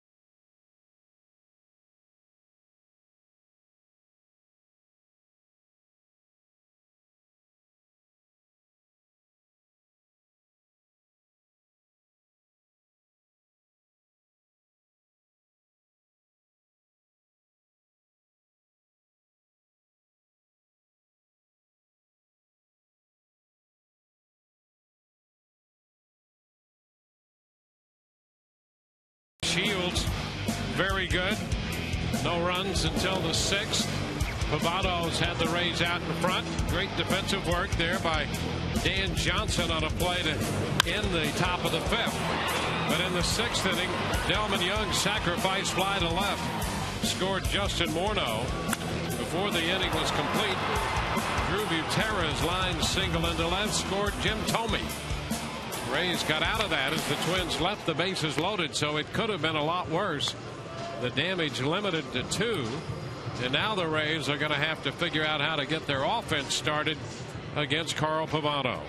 But at least you're within striking distance. Base hit there by Span, gets out to 4 or 5 runs. You're in big trouble. And there's Carl Pavano. First pitch strikes 10 out of 17, and that's a huge pitch for him. Look at the difference. Anything after an 0-1 count, 238, tremendous. Anything after 1-0, 312. That shows you how important the first pitch is for Carl Pavano. Bigger spread than most. Well, the first pitch to Reed Brignac. That's in there, a fastball for a strike.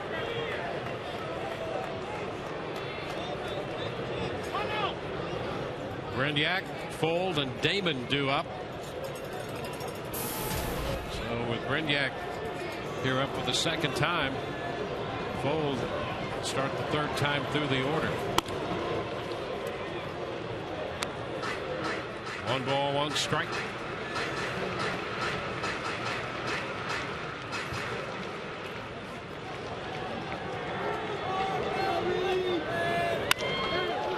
Lifted into center. Span is there. 1 away. So we'll go back to the top side of the order, and we'll remind you to take a look for the Miller Lite Taste Greatness moment coming up later in tonight's game. Meanwhile, enjoy. I will. My coffee. This Fold shortening on the bat, and he takes the pitch for a strike. So let's see if Fold can be a spark plug tonight. Get something going for the Rays. Ground ball, base hit into right. So Fold has himself a single, an 0-1 pitch, and we'll see if that can start the Rays. Well, he was so good in that series in Boston out of that leadoff spot. Very little stride there by Sam Fold. Got a pitch he could handle and hit hard. Able to get it by the diving Morneau.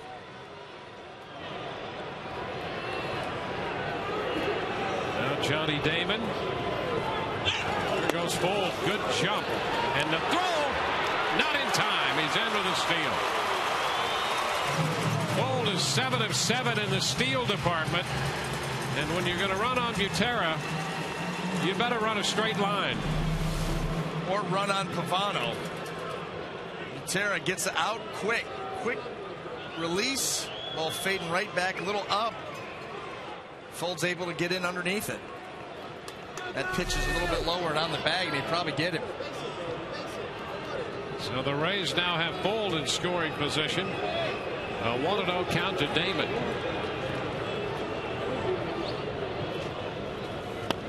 Out in front. Change up takes the count to 1-1. Well, he's been good with that pitch all night. Really sells it well.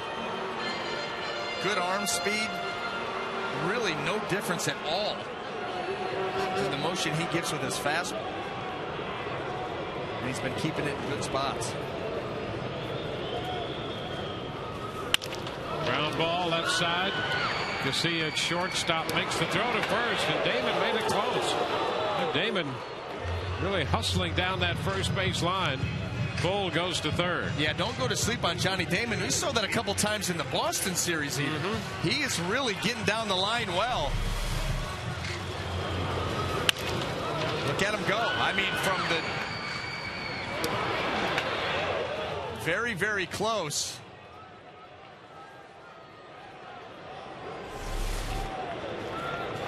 Well, here's B.J. Upton. B.J. came into this game 7 of 14 lifetime against Pavano. So he might be the guy the Rays won up here with a man on in the 6th inning. And you got to think that Pavano knows that too. He's going to be very careful here with B.J.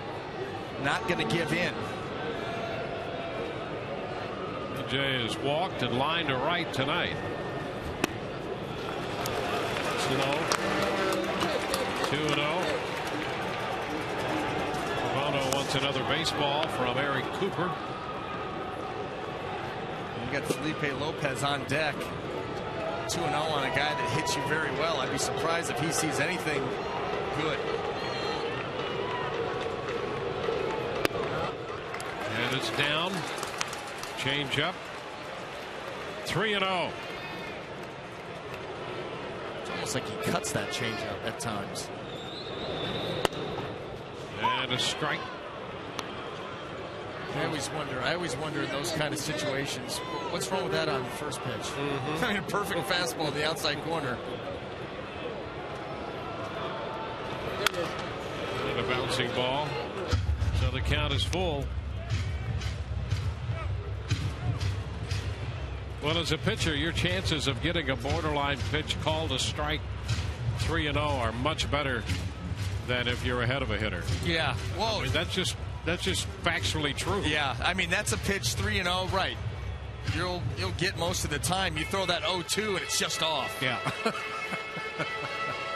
And ask David Price about that. Yeah, that's right.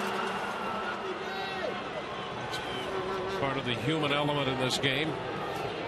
3-2. And BJ's out on strike, so he comes back to get him, leaving a man at third. 2-0 through 6, Minnesota.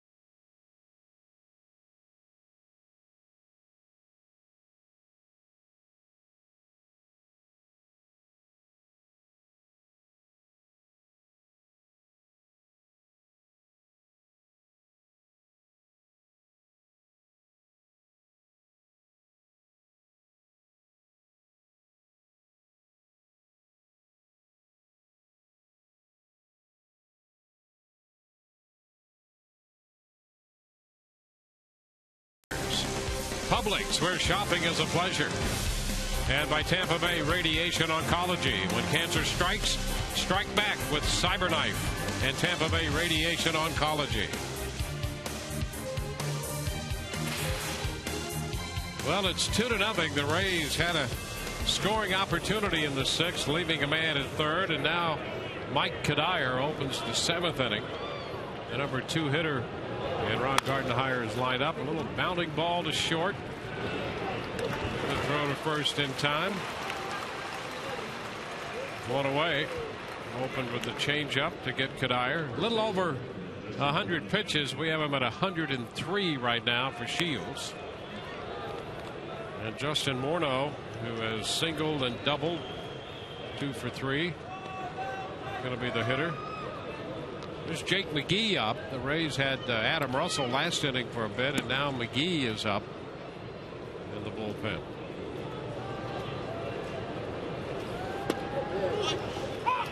First pitch, curveball in there for a strike.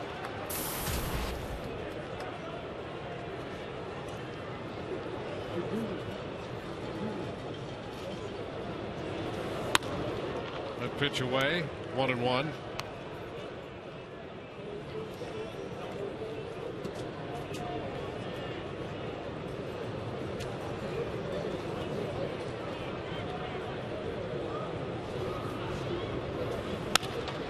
Foul ball up the right side, down toward the Rays bullpen.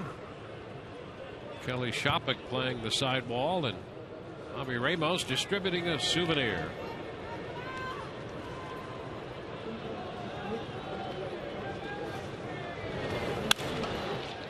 And a popper back into center field off the changeup. BJ takes care of that one. 2 up and 2 down. Well, if Rays pitchers strike out 10 batters in a home game, take your ticket stub to any Cane's Furniture store and get a coupon for a free Papa John's pizza. Plus, sign up at Cane's Furniture for a chance to meet one of your favorite Rays players. Cane's, quality's so good, it's guaranteed for life. Jim Thome. Thome has scored one of the 2 runs. 1 ball, no strikes.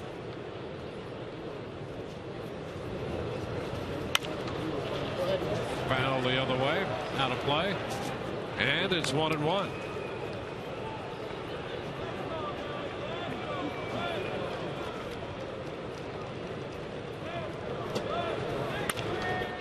Fly ball short left. That's going to fall for a base hit. Fold returns it to the infield. And how about Thome getting a little hit like that? Big strong power hitter. They put the shift on and he just drops one in front of Fold and left. Yeah, more times than not. Well, actually every time. If you can get that kind of contact out of Jim Thome, you're happy. I mean, completely ties him up, just squirts the ball. The result you could do without, but you take that contact every time. 1-0 the count to Damon Young.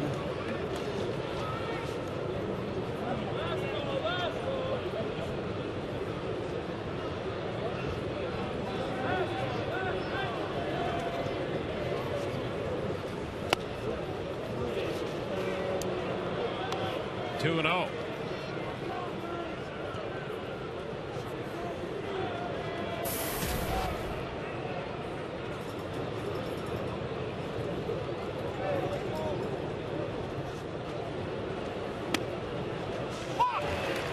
Two balls and a strike.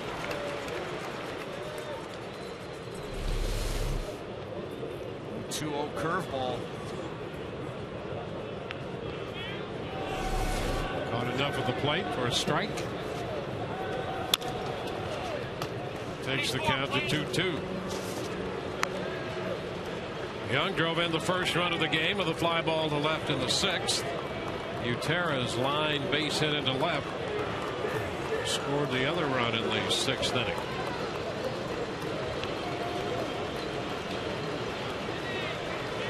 A 2-2 count. We'll go all the way out to 3-2. So 2 outs. This gives Thome a running start at first. I don't know if that's such a huge advantage. But Dan Johnson's going to stay out of the way, that's for sure. Yeah, well, that you better do. As a big, strong man. 3-2. Back toward the middle. Over the bag at second. Zobrist up in the throw. Scooped by Johnson at first to get Young. No runs, a hit. 7th inning stretch time. 2-0 Minnesota.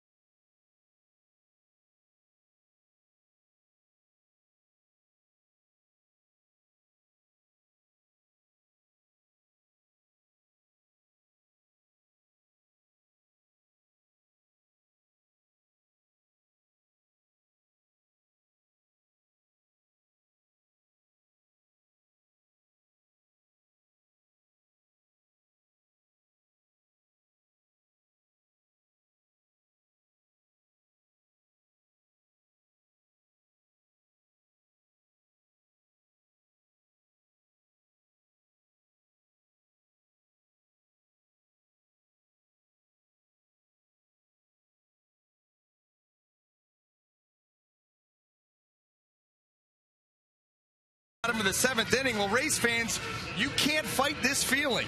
And you don't want to miss REO Speedwagon in the Rays Summer Concert Series presented by Hess Express on Saturday, April the 30th, after the Rays host the Angels.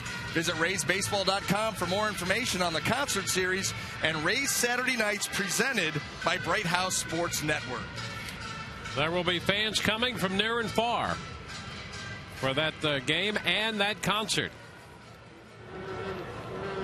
See James Shields working the front 7. We go to the home half, and Lopez takes a strike.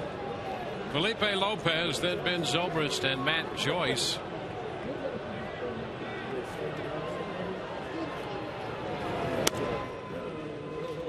Slow 1-1.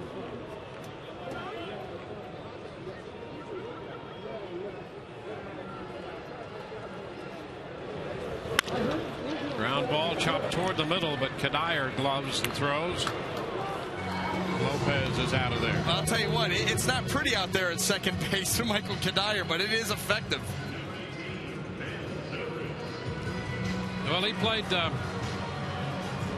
played all of one game at second base last year. Right field a lot. He played first base, played some third base, and now second base. Zobrist tried to hold up halfway through, but victimized by a changeup.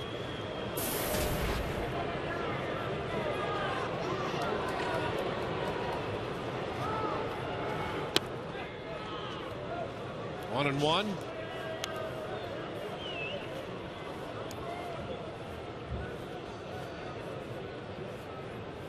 Pavano, 5 strikeouts, a couple walks. He's given up only 2 hits.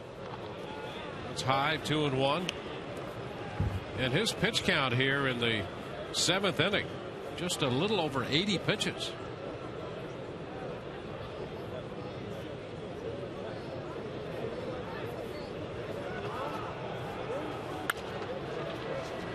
Two and two. Well, you see right there with that pitch, Ben Zobrist is a good fastball hitter. That was a 90-mile-an-hour fastball that was very hittable, and the swing by Ben Zobrist set about 95. Look at this. Just kind of like flipping his bat out there, slapping at it. Shows you how effective the off speed has been, keeping these hitters off balance. You finally get a fastball you want to take an aggressive hack at, and you're just kind of slicing down on the ball.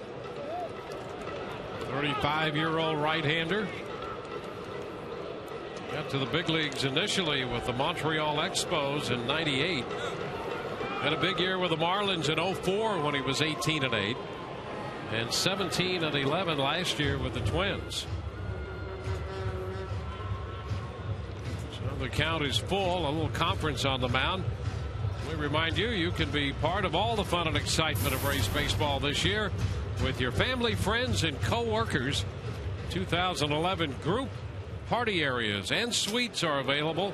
So reserve your exclusive area today by calling 888-FAN-RAYS or visiting RaysBaseball.com. Zobrist called out on strikes. That's strikeout number 6 and out number 2. Perfectly placed fastball here by Carl Pavano. Full count, boom, right down the outside part of the plate. Well, he has been on. And certainly not overpowering right there with that fastball, and with the change that he's thrown, you don't have to be. Yeah, and if you're putting in that spot. Here's Joyce jumping on the first pitch. Shoots it into center field. He'll make the turn and hang on. So Joyce is 2 for 3. He has 2 of the 3 hits for the Rays.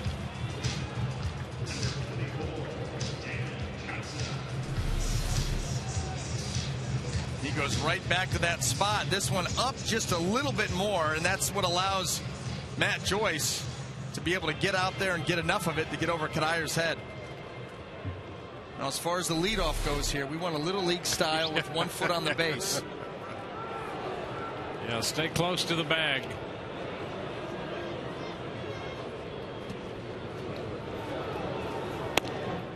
Johnson takes the pitch for a strike. Just not too many pitches by Pavano have caught a lot of plate.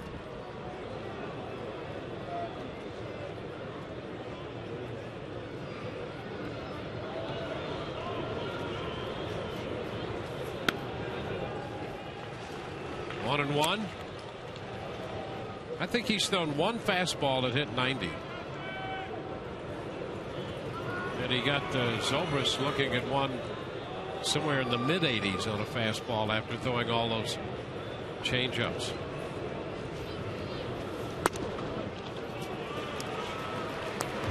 Two balls and a strike.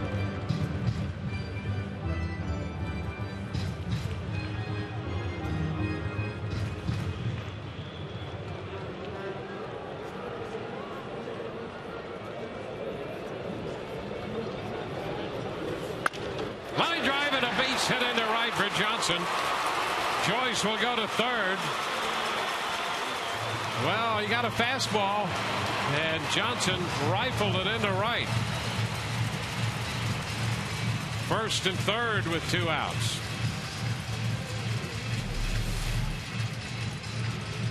Well, here it is. One of the few pitches that have come across the middle of the plate. Dan Johnson, nice setup.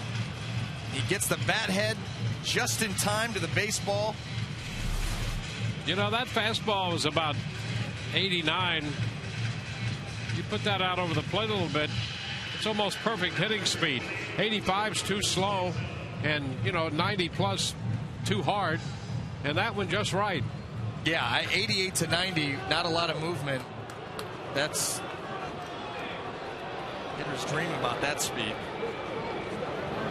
Here's Jaso. He gets under and sends a high fly ball back to center field, just to the edge of the track. Span makes the catch. First pitch fastball, deep but not deep enough. We're through 7, 2-0 Minnesota.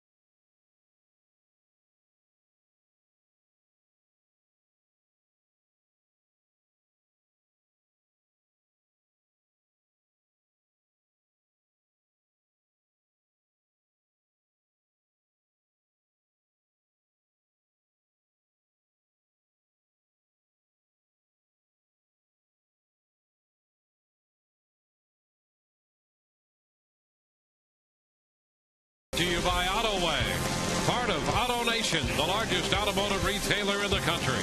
So we can do big things. And by your greater Tampa Bay area Buick GMC dealers.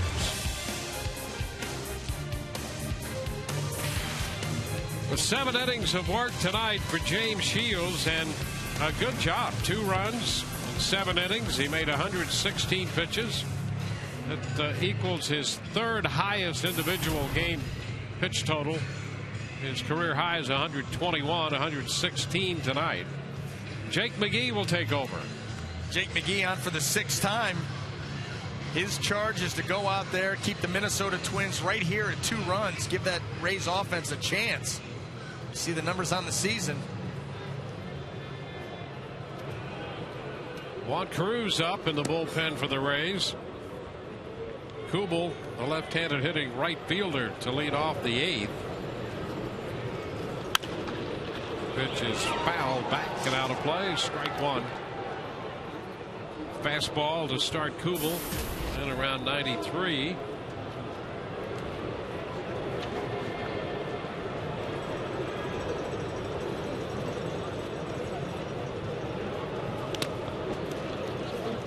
One and one.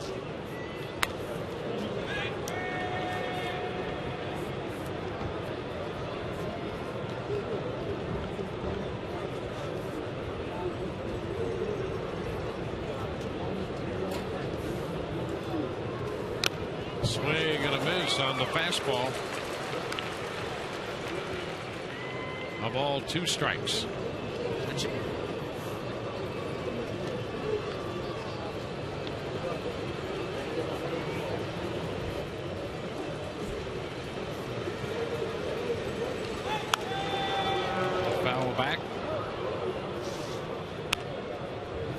Registered at 98. And the swing looked like it registered at 98.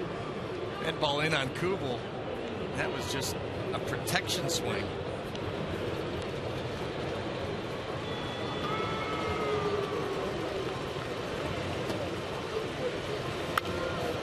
The 12 back. 95 with that one.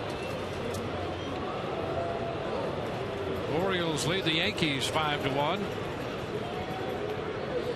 Markakis has driven in a run with a double to go with the earlier 2-run home run.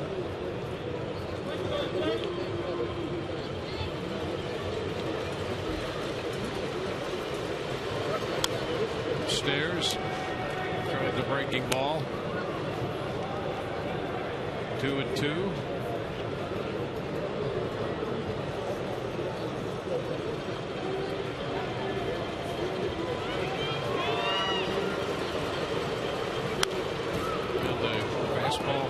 Again, holding the count at 2-2.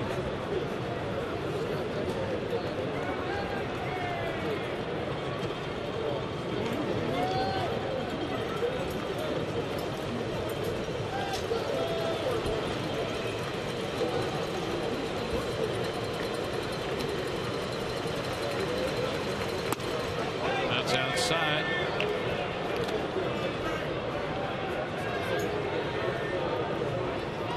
Three balls, 2 strikes.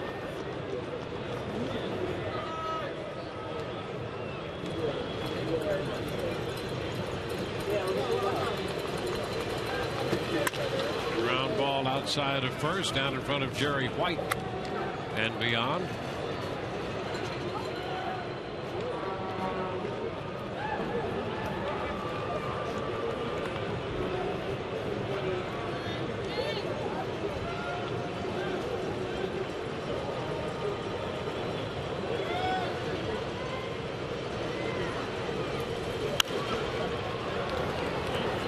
Again, so an extended at bat. 10 pitches right now.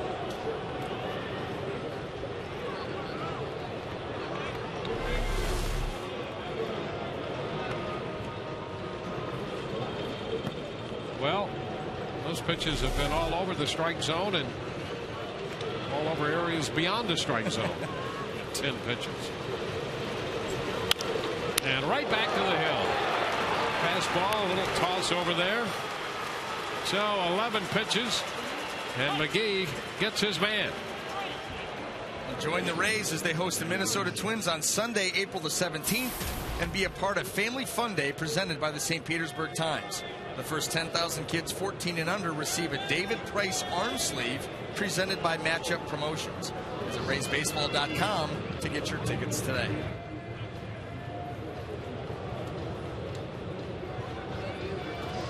You also never know what kind of stories you'll hear on a Family Fun Day.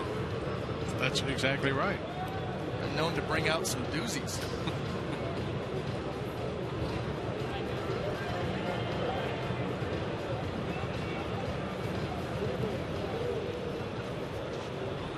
Said the Rays can score some runs tonight.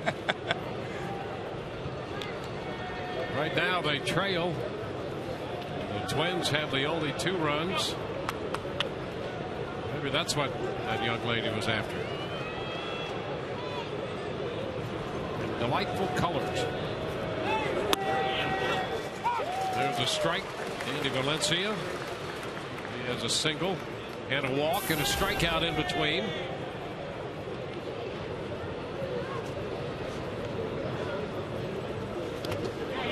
He went the curveball from McGee, and he got Valencia to chase it. Yeah, the best breaking ball we've seen from Jake McGee. Good bite on that. The ball bounced out in front of the plate, just about. Still got a swing.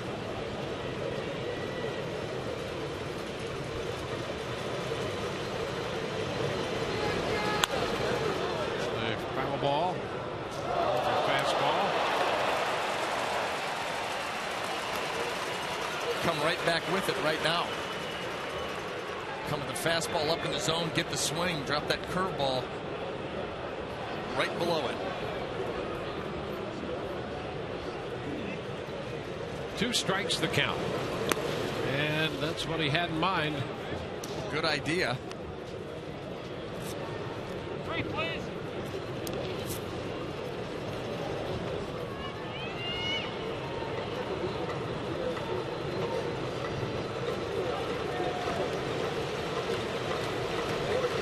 Now the 1-2.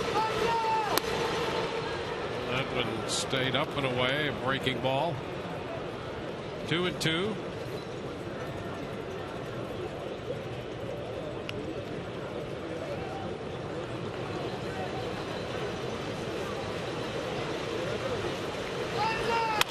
Ground ball headed toward the middle, and a base hit into center. So Valencia singles off the fastball.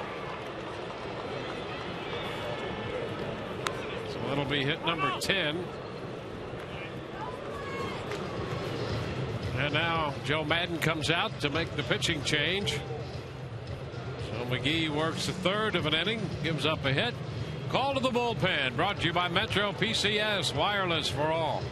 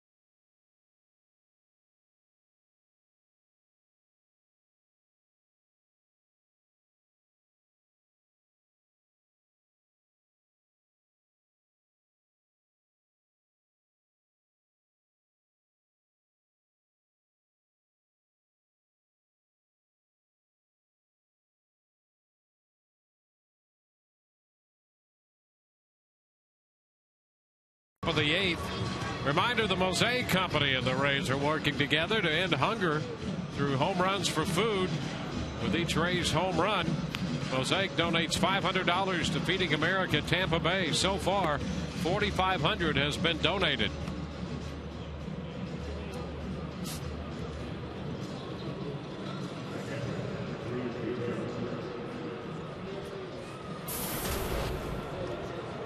Juan Cruz makes his 5th appearance.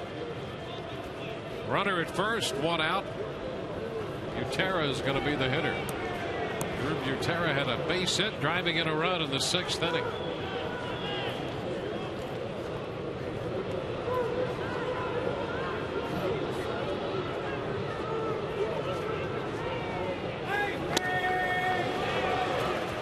Strike 1. Well, we've seen a lot of that from Juan Cruz. He's either throwing a slider or some version of a cut fastball almost all the time. Something that moves. Never straight.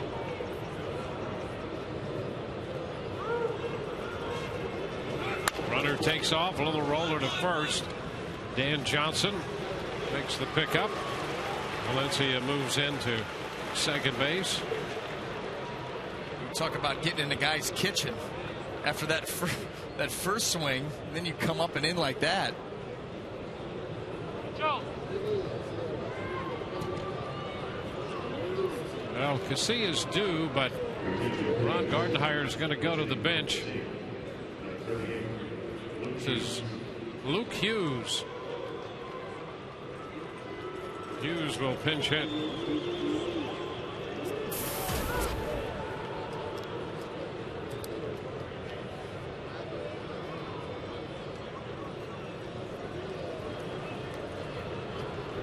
So with a man in scoring position, Hughes That's the call, the pinch hit.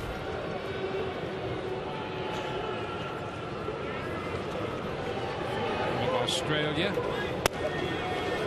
And the pitch to him is a strike.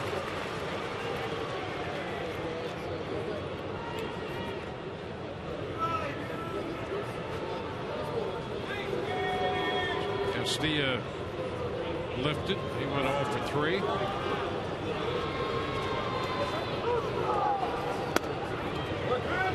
It's wide, 1-1.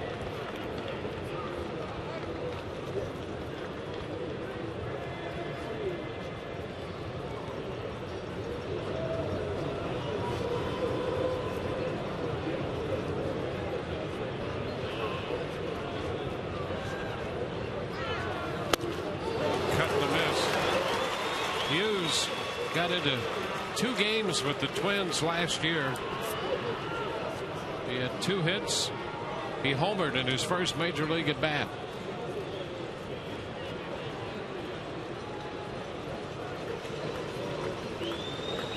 Pinch hitting in the 8th inning tonight.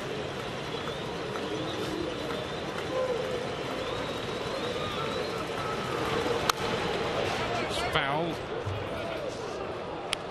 Count still 1-2.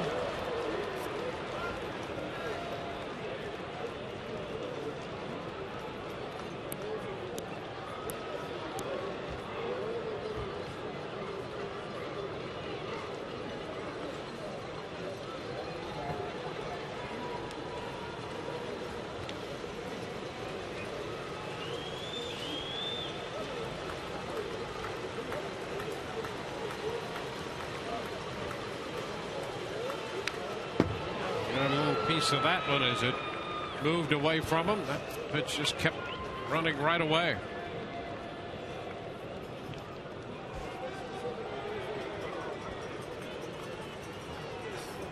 Valencia at second base with 2 gone.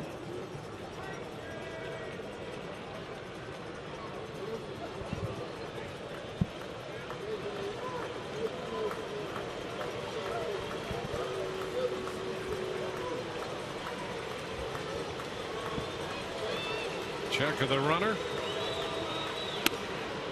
And outside.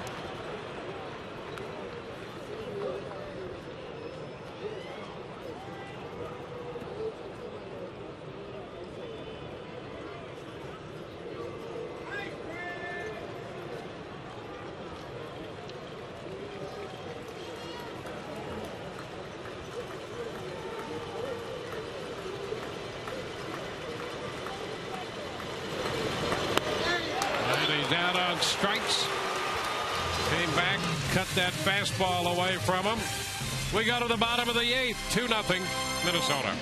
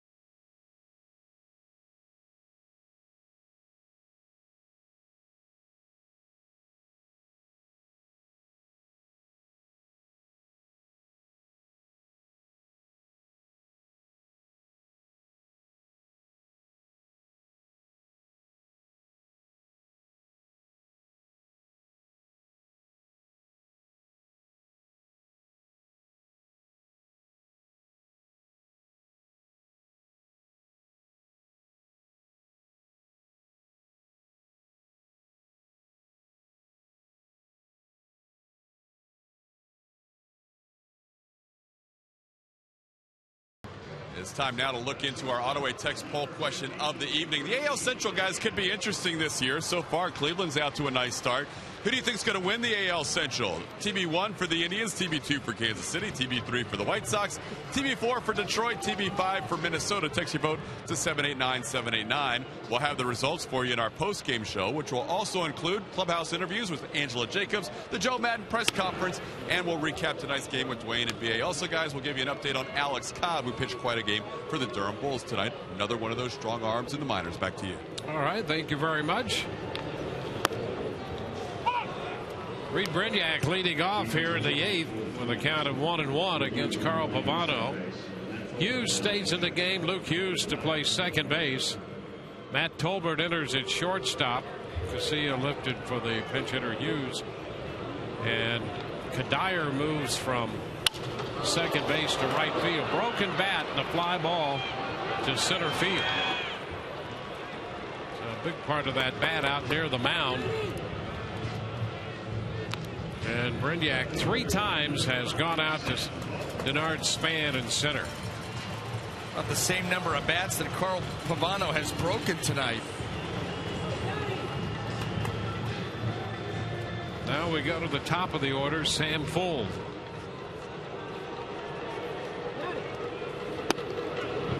Pitch inside. Now the Rays had a man at second in the 5th inning. First and second with 1 out. And that was Joyce when he was picked off. They got Fuld as far as 3rd in the 6th. They had men at 1st and 3rd in the 7th. So far, no runs, 4 hits.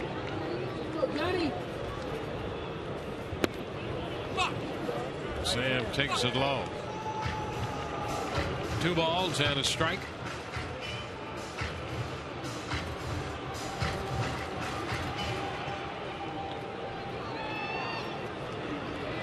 How about the way that bat broke? Look at that. It's a strike to Fuld. It's 2-2. Yeah, usually you see him splinter or the barrel slice. That's just a clean break. It's like a 2-part bat. There's Hughes. 2 gone now as Fuld grounds out. This season's debut edition of Inside the Rays focuses on one of baseball's most popular players, the Rays' Johnny Damon. Find out more about his journey to the major leagues. Get to know some of Johnny's biggest supporters. All Inside the Rays. Johnny Damon, Sunday at 5 p.m. on Sun Sports. That's in high definition.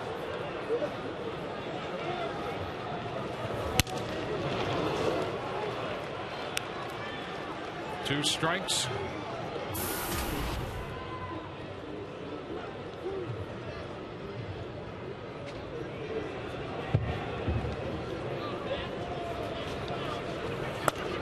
That's high.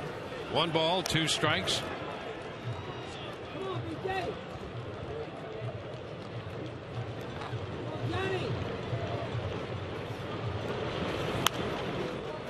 It's fouled back.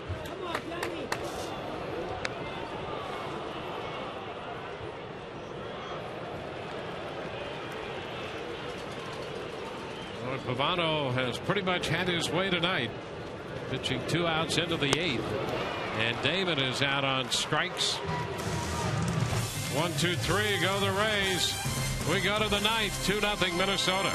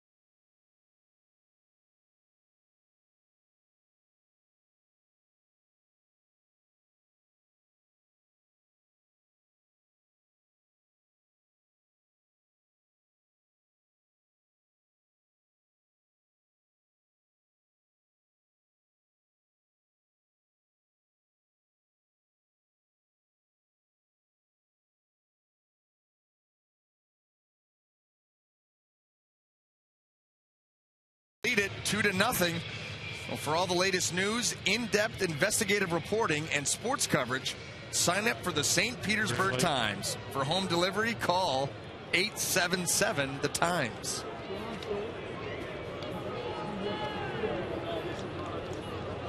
We go to the ninth. 2-0, Minnesota leading, and Cesar Ramos, the new pitcher, makes his 6th appearance, the 4th Rays pitcher of the night. First pitch to Denard Span inside, moves him back 1-0. So the Rays trying to hold the Twins right where they are and give the middle part of the order a shot in the bottom of the ninth.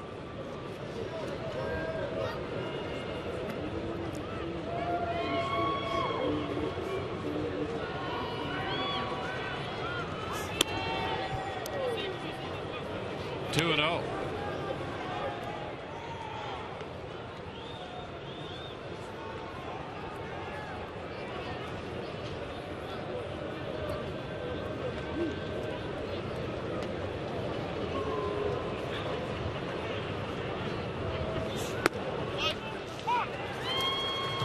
Ramos throws him a strike. 7 innings for Shields.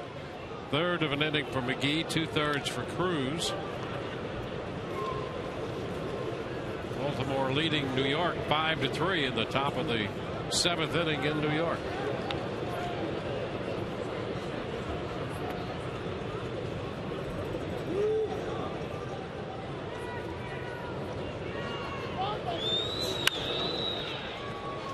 Square the count. Span had a double in the 5th inning. He's 1 for 4 tonight.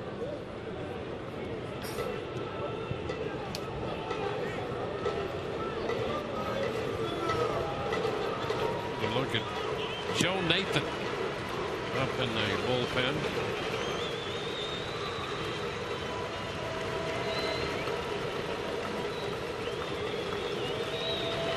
Nathan has not pitched in back-to-back games yet. They have caps down there to help with the situation if they need it.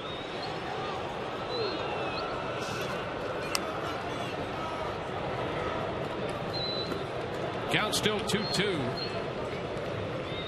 Photo opportunity there.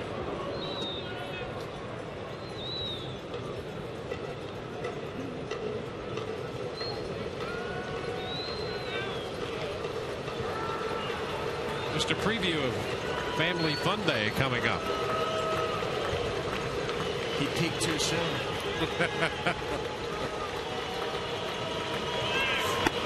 Span checks and the pitch is down.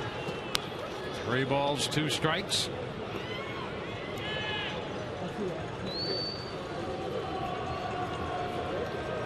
Kadyr's on deck. Then Morneau.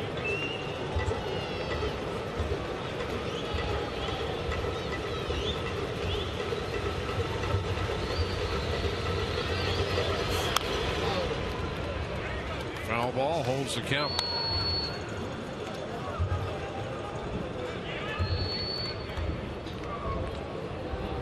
Ramos pitched a 1/3 of an inning in the Monday game, and the Rays beat the Red Sox 16-5. He was the 3rd of 5 Rays pitchers in that game.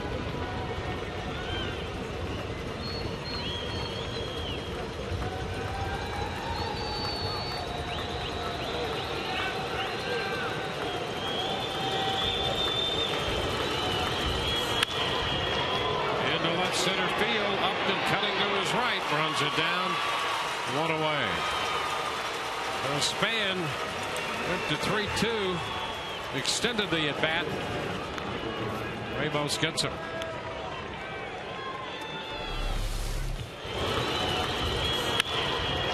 This ball tracking away from BJ. It's nice to have speed, gets there in plenty of time.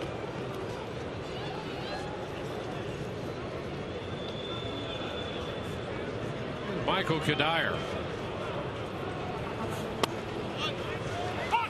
And that's a strike.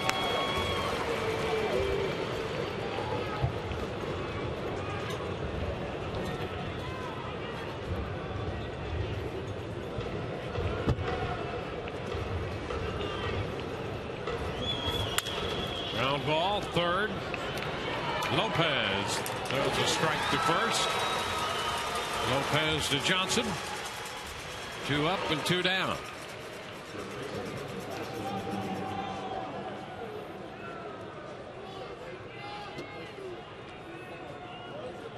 Now Justin Morneau. Morneau has singled and doubled. He opened the 6th inning with a double. Scored a run.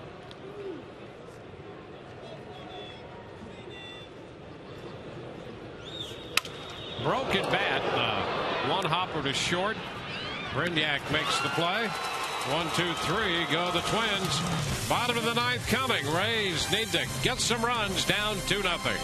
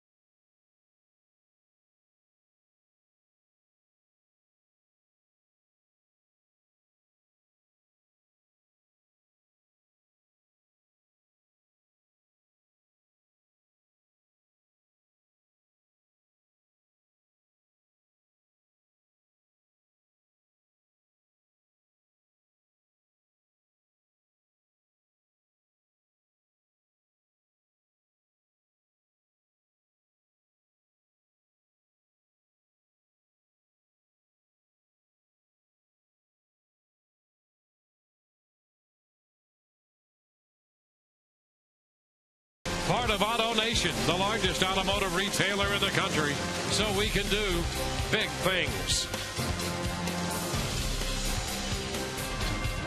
From Tropicana Field tonight, the Rays coming in to hit in the bottom of the 9th inning. They have been shut out so far on 4 hits through 8 innings of work by Carl Pavano. And Joe Nathan, the Minnesota closer, will take over. Well, I don't think the Rays have ever been this excited to see Joe Nathan getting Carl Pavano out of the game, who threw the ball extremely well. Nathan's 5th appearance, 3 for 3 in the save department. And it'll be B.J. Upton, the first man to face Nathan. Fouls the fastball back, a high fastball, strike 1. Nathan had Tommy John surgery a little over a year ago, and now is back closing again. 36-year-old right-hander. And a ground ball scooting out to second. Hughes with a pickup and the throw to first in time. Pavano worked 8 innings, gave up 4 hits, no runs. He walked 2 and struck out 7, made 104 pitches before giving way to Joe Nathan.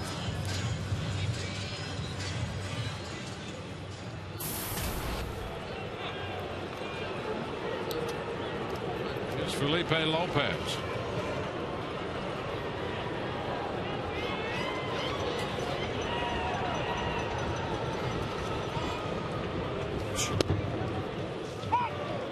Strike call.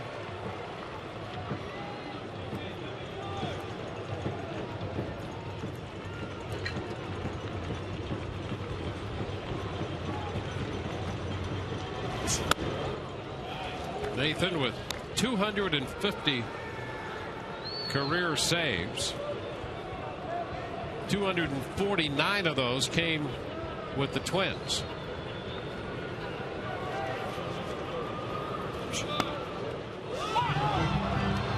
And he throws a strike to Lopez, is ahead of him 1-2. Nathan with the breaking ball here, up Middle of the plate.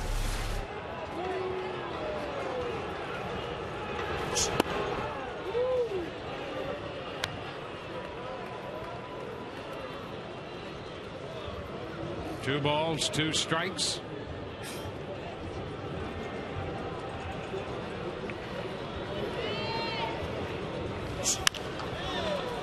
Foul the other way.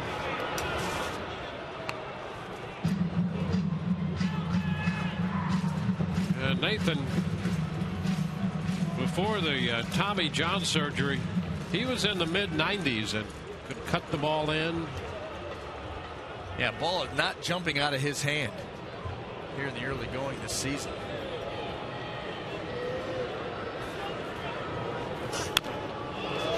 Lopez a piece of that one to stay alive, fouling it.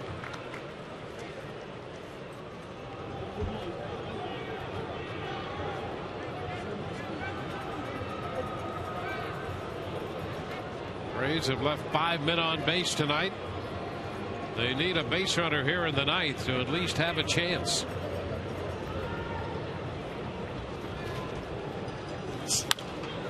Lopez fouls that one. That was a fastball up at 91. That's where we've been seeing him sit with that fastball, right at 91 miles an hour.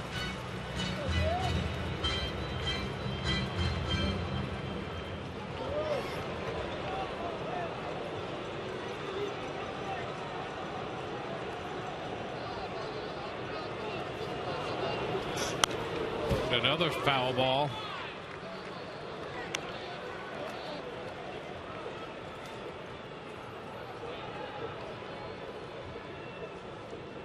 So now it's Lopez to extend the at bat. 2-2. This will be the ninth pitch of the at bat.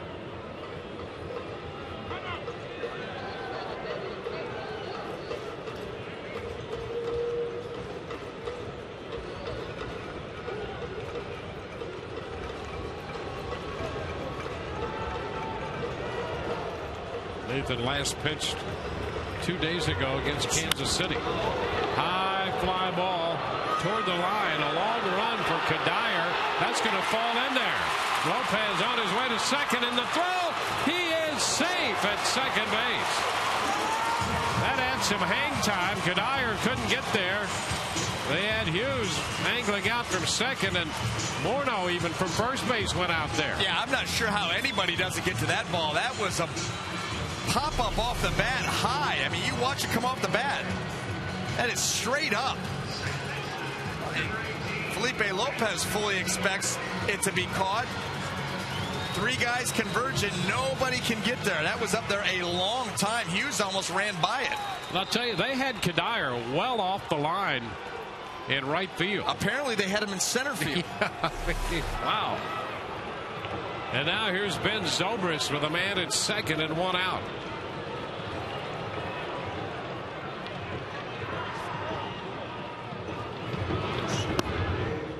Ben looks at a strike. Well, take a look at their defensive alignment here. And look when you pick up Kadire.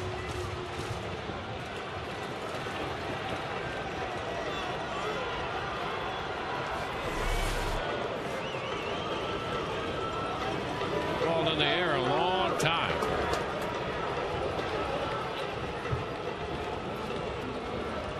And they had Kadire deep, as you would anticipate,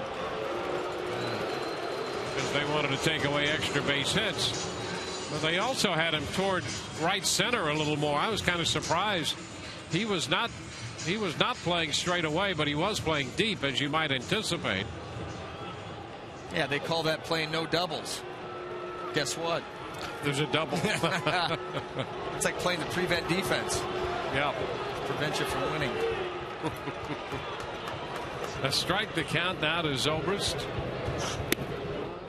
This one is down. 1-1. Cliff Leaves shut out Washington 4-0 on 3 hits. Struck out 12 and walked 1.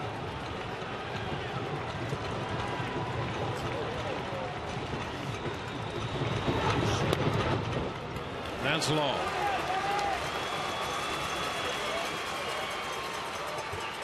2 balls, 1 strike.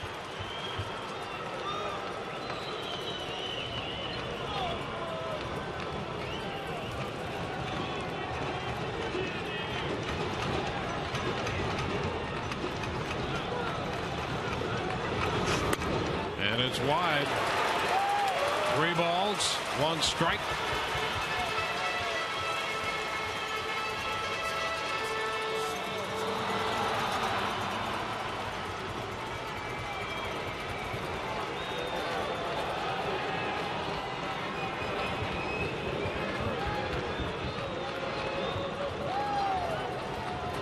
One pitch to Zobrist, and there's ball 4.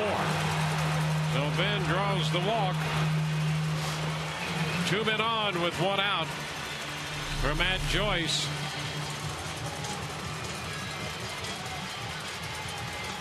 Yeah, Nathan is not as free and easy as he was. That may still be a process for him to get there. Yeah, I'm sure. But right now everything looks forced. The ball's not jumping out of his hand. The breaking ball's not that sharp break that just disappears.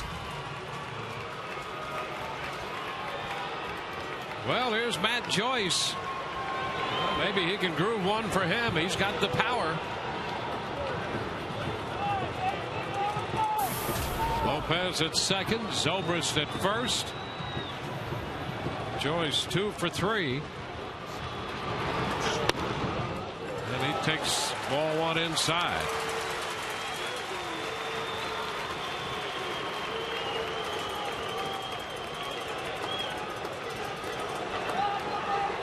Joyce lifetime 0 for 3 with a strikeout against Nathan. All of that was before the Tommy John surgery.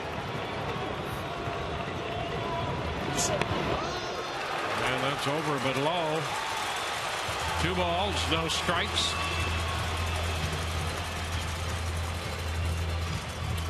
Well, he got Upton on the ground ball, but Lopez extended his at bat. And on the 9th pitch of that at bat, dropped a double in among Hughes, Kadire, and Morneau. Now Rick Anderson, the pitching coach, is headed out to the mound.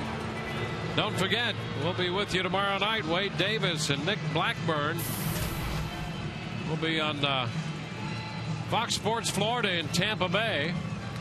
And then on Sun Sports throughout the rest of the state. Wade Davis looks for his first win. And Nick Blackburn is 1-1 for Minnesota. We'll be with you at 6:30. Todd Callis will greet you with the pregame show. Rays live the pregame. 2-0 is popped up foul. That's going to carry into the stands. Over to give it a look, Valencia, but no chance. Well, the Rays have the base runners they need.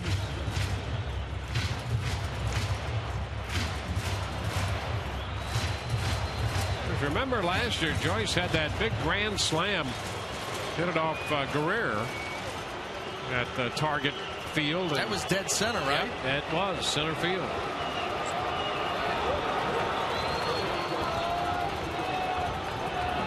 Two and 1 to count now. And there's ball 3. That fastball up around 92.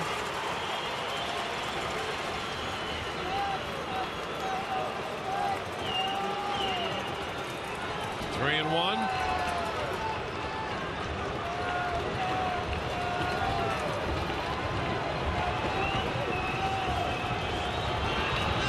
Take off. The pitch swung on and shot into right center field.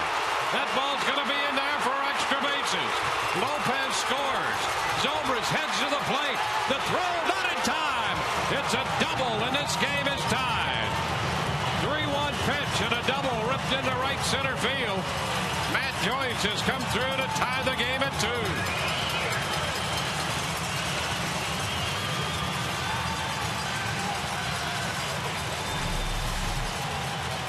Well, work the count in your favor. Get a fastball that you can lean out over the plate and drive. That's exactly what Matt Joyce did. Runners are going. That ball hit turf, you knew it. Ray's going to tie this ball game up. Ben's over, scores easily. Now they get a chance to win it. And here's Dan Johnson, who has a walk and a single tonight. Turn, nothing doing back there. The Twins get a left-hander up in the bullpen in a hurry.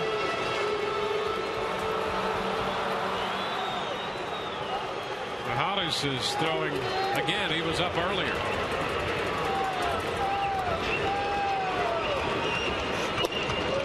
Johnson takes a strike. Why not? Dan Johnson, a lot of big hits for this Rays team. His time here. Add to the legend. And he is due against Nathan, 0 for 8 with 6 strikeouts in his career. Oh, it's set up perfectly then. So it's time. It is. 1 strike the count. And a fly ball lifted into right. Kadire in to make the catch on this one. 2 gone. And John Jaso heads to the plate.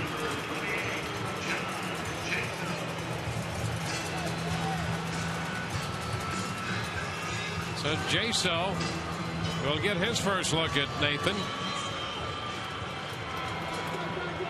Rays have scored 2 in the bottom of the 9th to tie.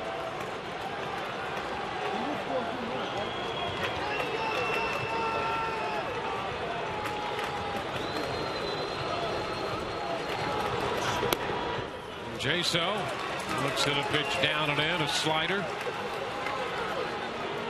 1-0. Kyle Farnsworth starts to loosen in the Rays bullpen.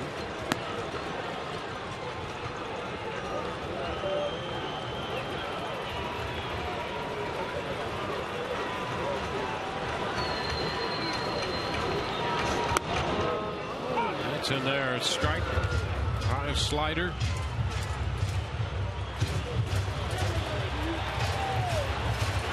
Lopez and Zobrist have scored. Matt Joyce driving in 2 with his 3rd hit tonight.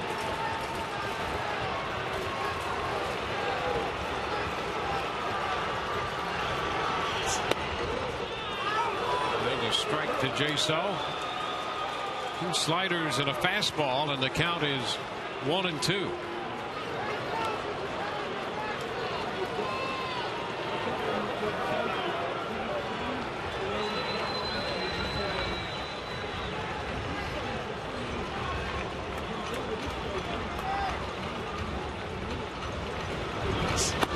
Side 2-2. Boy, this is an extended inning for Nathan. He's at 27 pitches now.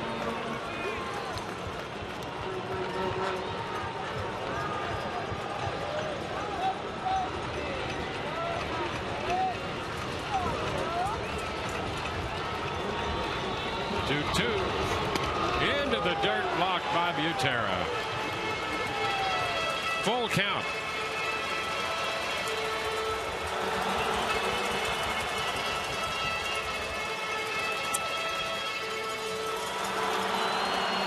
Rays waiting until the 9th to break through in the scoring department.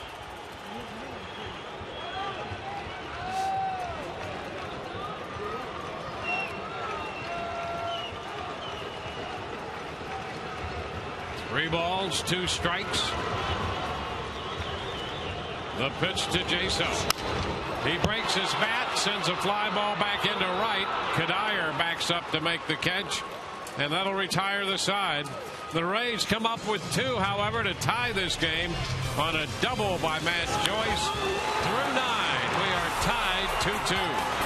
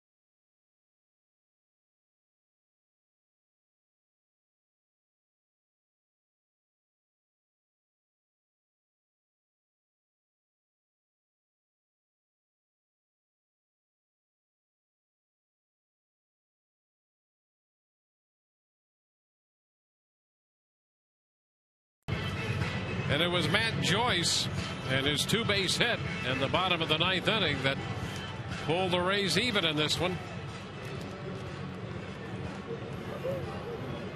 Now Jim Thome to face Cesar Ramos.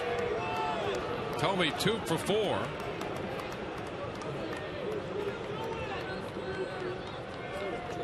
Single in the 6th and scored a run. Singled his last time up.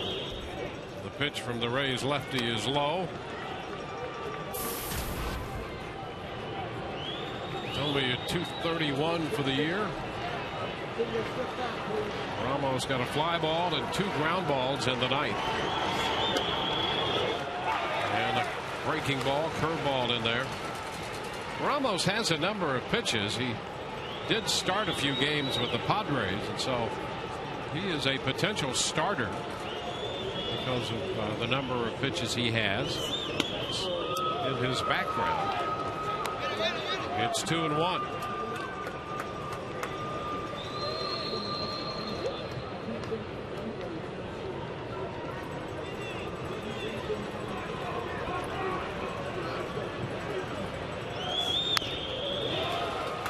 Piece of it foul. 2-2. Steady diet of breaking balls. Last 3.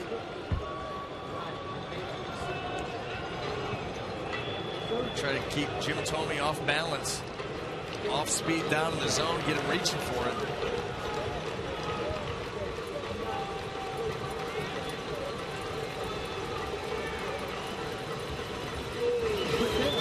And strike 3 call. So he gets the big left-handed hitter looking. A call, 3rd strike. Well, he had just seen 3 curveballs in a row. It kind of digs in there for a changeup. It's a hard changeup. Boy, it's right there. So that's going to be it from Ramos. New pitcher back in a moment.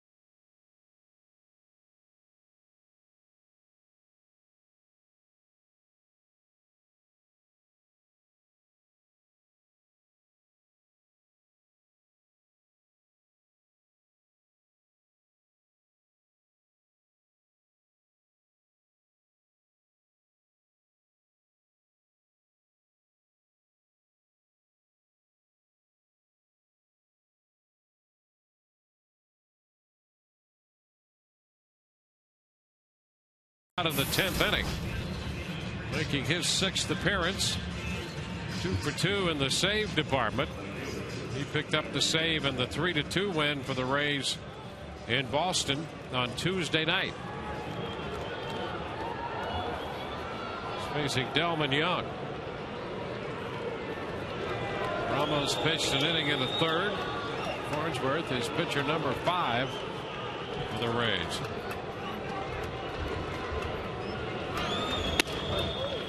Pitch outside. 1-0.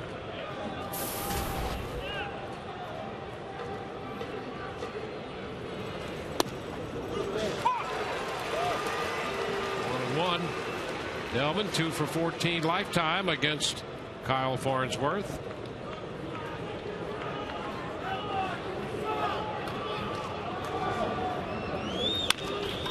Tap by the mound. Farnsworth's going to have to cover. He gets over there and takes the toss from Johnson ahead of Young. Had to find the bag and got that foot in the right place. A little hesitation coming off the mound for Kyle. And then he realizes Dan Johnson's going to be the one to get it. He has to hurry over there. Finds it just in time.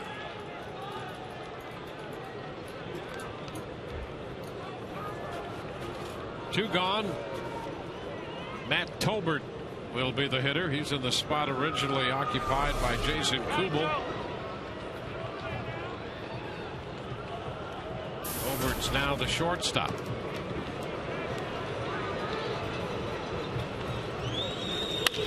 Ground ball, a base hit into right. He was ready for that first pitch fastball. It has a 2-out single.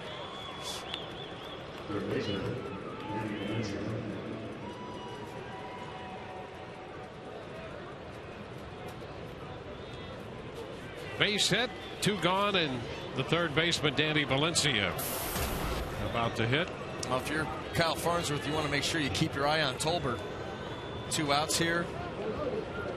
Nothing to lose. Try to get into scoring position. Watch for him trying to steal second. This one off the mid of Jaso. It's academic now. That ball cutting away not only from Valencia but also Jaso. And that moves Tolbert into scoring position. It's a pass ball. Well, you got to catch it. It's right there. I mean, that's not that difficult of a play. And it just goes right off the end of the glove. Doesn't watch it all the way in.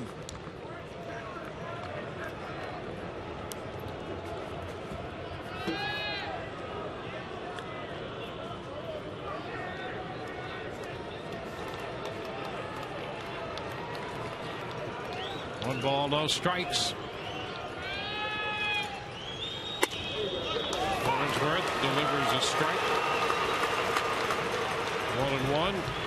So that pass ball sets up a little more pressure in this situation.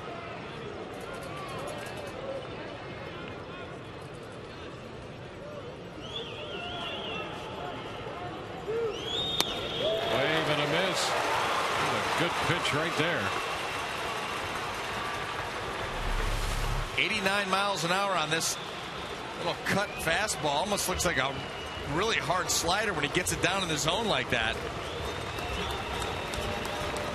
That would be all he would see if I'm Kyle Farnsworth. Well, he went there again. 2 balls, 2 strikes. You got to figure you throw 2 more, he's going to swing at one of them.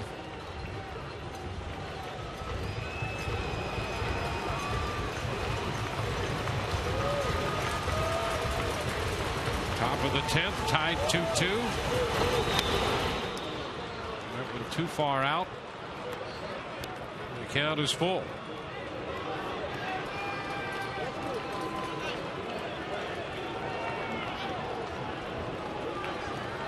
Two runs, 11 hits for Minnesota tonight. 2 runs, 6 hits for the Rays.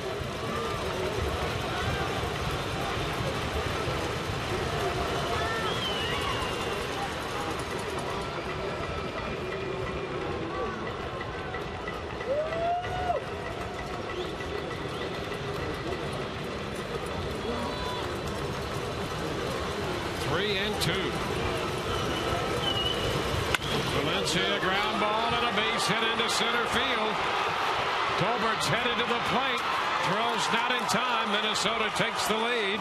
And down to second goes Valencia. Well, the pass ball hurts. Valencia got the base hit into center. Now it's 3-2. Boy, Kyle Farnsworth with 2 of those cutters, sliders, off the plate away. This one he comes back with. Danny Valencia swung at that pitch like he knew it was coming, just reached out there and played pepper with the middle of the field. BJ with all he's got, try to cut down Tolbert with 2 outs and him running from second. He's going to make it relatively easy, and that pass ball really hurts as the Rays fall behind here in the top of the 10th. Butera pitches a fastball high. 1 ball and no strikes.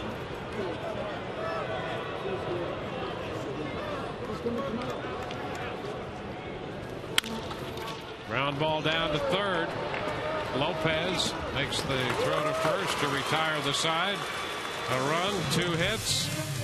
We go to the bottom of the 10th. 3-2 Minnesota.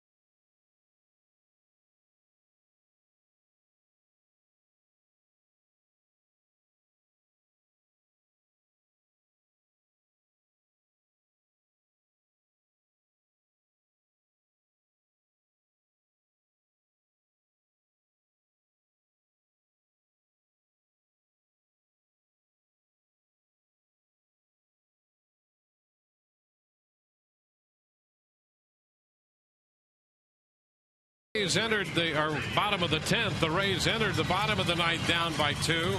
Tied it. Now they're down by 1, moving into the bottom of the 10th. And Matt Capps comes on for the 6th time. Fast start for Capps to 2011 season. 1-0 record. Good ERA, 1.35. No walks in 6 2/3 innings. The opponent's average low. Well, could be called the insurance policy behind Joe Nathan in their bullpen, because he can close if you need him, and that's what he'll try to be doing now. The pitch to Brainiac is a strike. Nathan has a blown save, but now is in a position to pick up a win. Capps is trying to close it.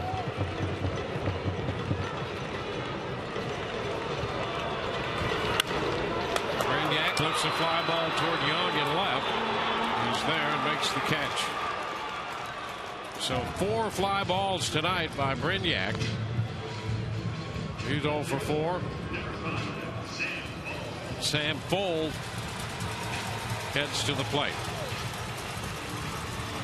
The run in the 10th inning unearned as a result of that pass ball, but that's merely academic at this point. Rays need to scratch out another run to keep it going. Fuld can figure out a way to get on base. It'll be fun to get him on base to see what could happen. Pitch inside, 1-0. And he's got speed. Leads the American League in stolen bases, where he's 7 out of 7. He's a guy that can make something happen out of the base paths. Rays need just 1. Ground ball. There is a base hit, and Fuld is on base. So we're going to see what he can do now. His second hit, ball back to first, but loose, and Fuld is back in there. So the Rays have a base runner. Now fastball. Ball kind of leaks back middle. Fuld puts a good swing on it, hits it hard. He's able to get it by Hughes out into right field. How about that? Michael Kadire throwing behind him. Well, Kadire does have a very good arm out there, trying the element of surprise. Well, and he also knows the Rays are aggressive on the base paths. They take those big turns at first base, always looking to go 2, sometimes a step or 2 too far, and they'll get you. Johnny Damon with Fuld at first. Damon takes the pitch low. 1 ball, no strikes.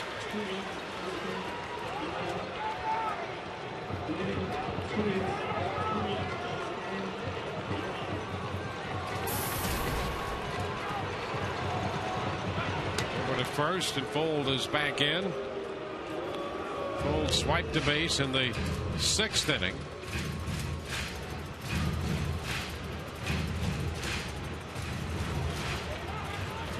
The Rays have some speed at first.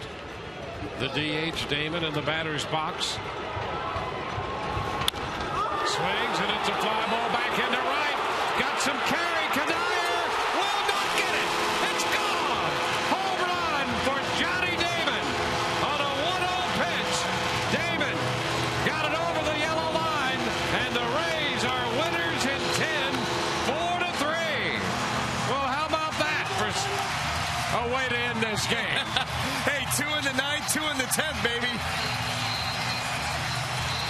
Johnny Damon lines a home run. He got it just high enough to get over the fence and right. And the Rays win this one 4-3 in 10 innings. Well, we wondered what would happen if Bull got on base. That's what will happen. Didn't need the speed there. Damon hits his 3rd home run of the year, and here it is. Fastball down middle. He just drops a bat head on it. Gets that good backspin, good carry. See him going right down there to get it. Gets good wood. And you get that backspin, that ball will carry, and in this case, just far enough. Kadire went all the way back and saw that it was over his head and out of here. Jubilation at the plate as Johnny Damon arrives. It's a 4-3 final. In 10, the Rays are winners. Let's go to the field and Todd Callis. Dwayne, thank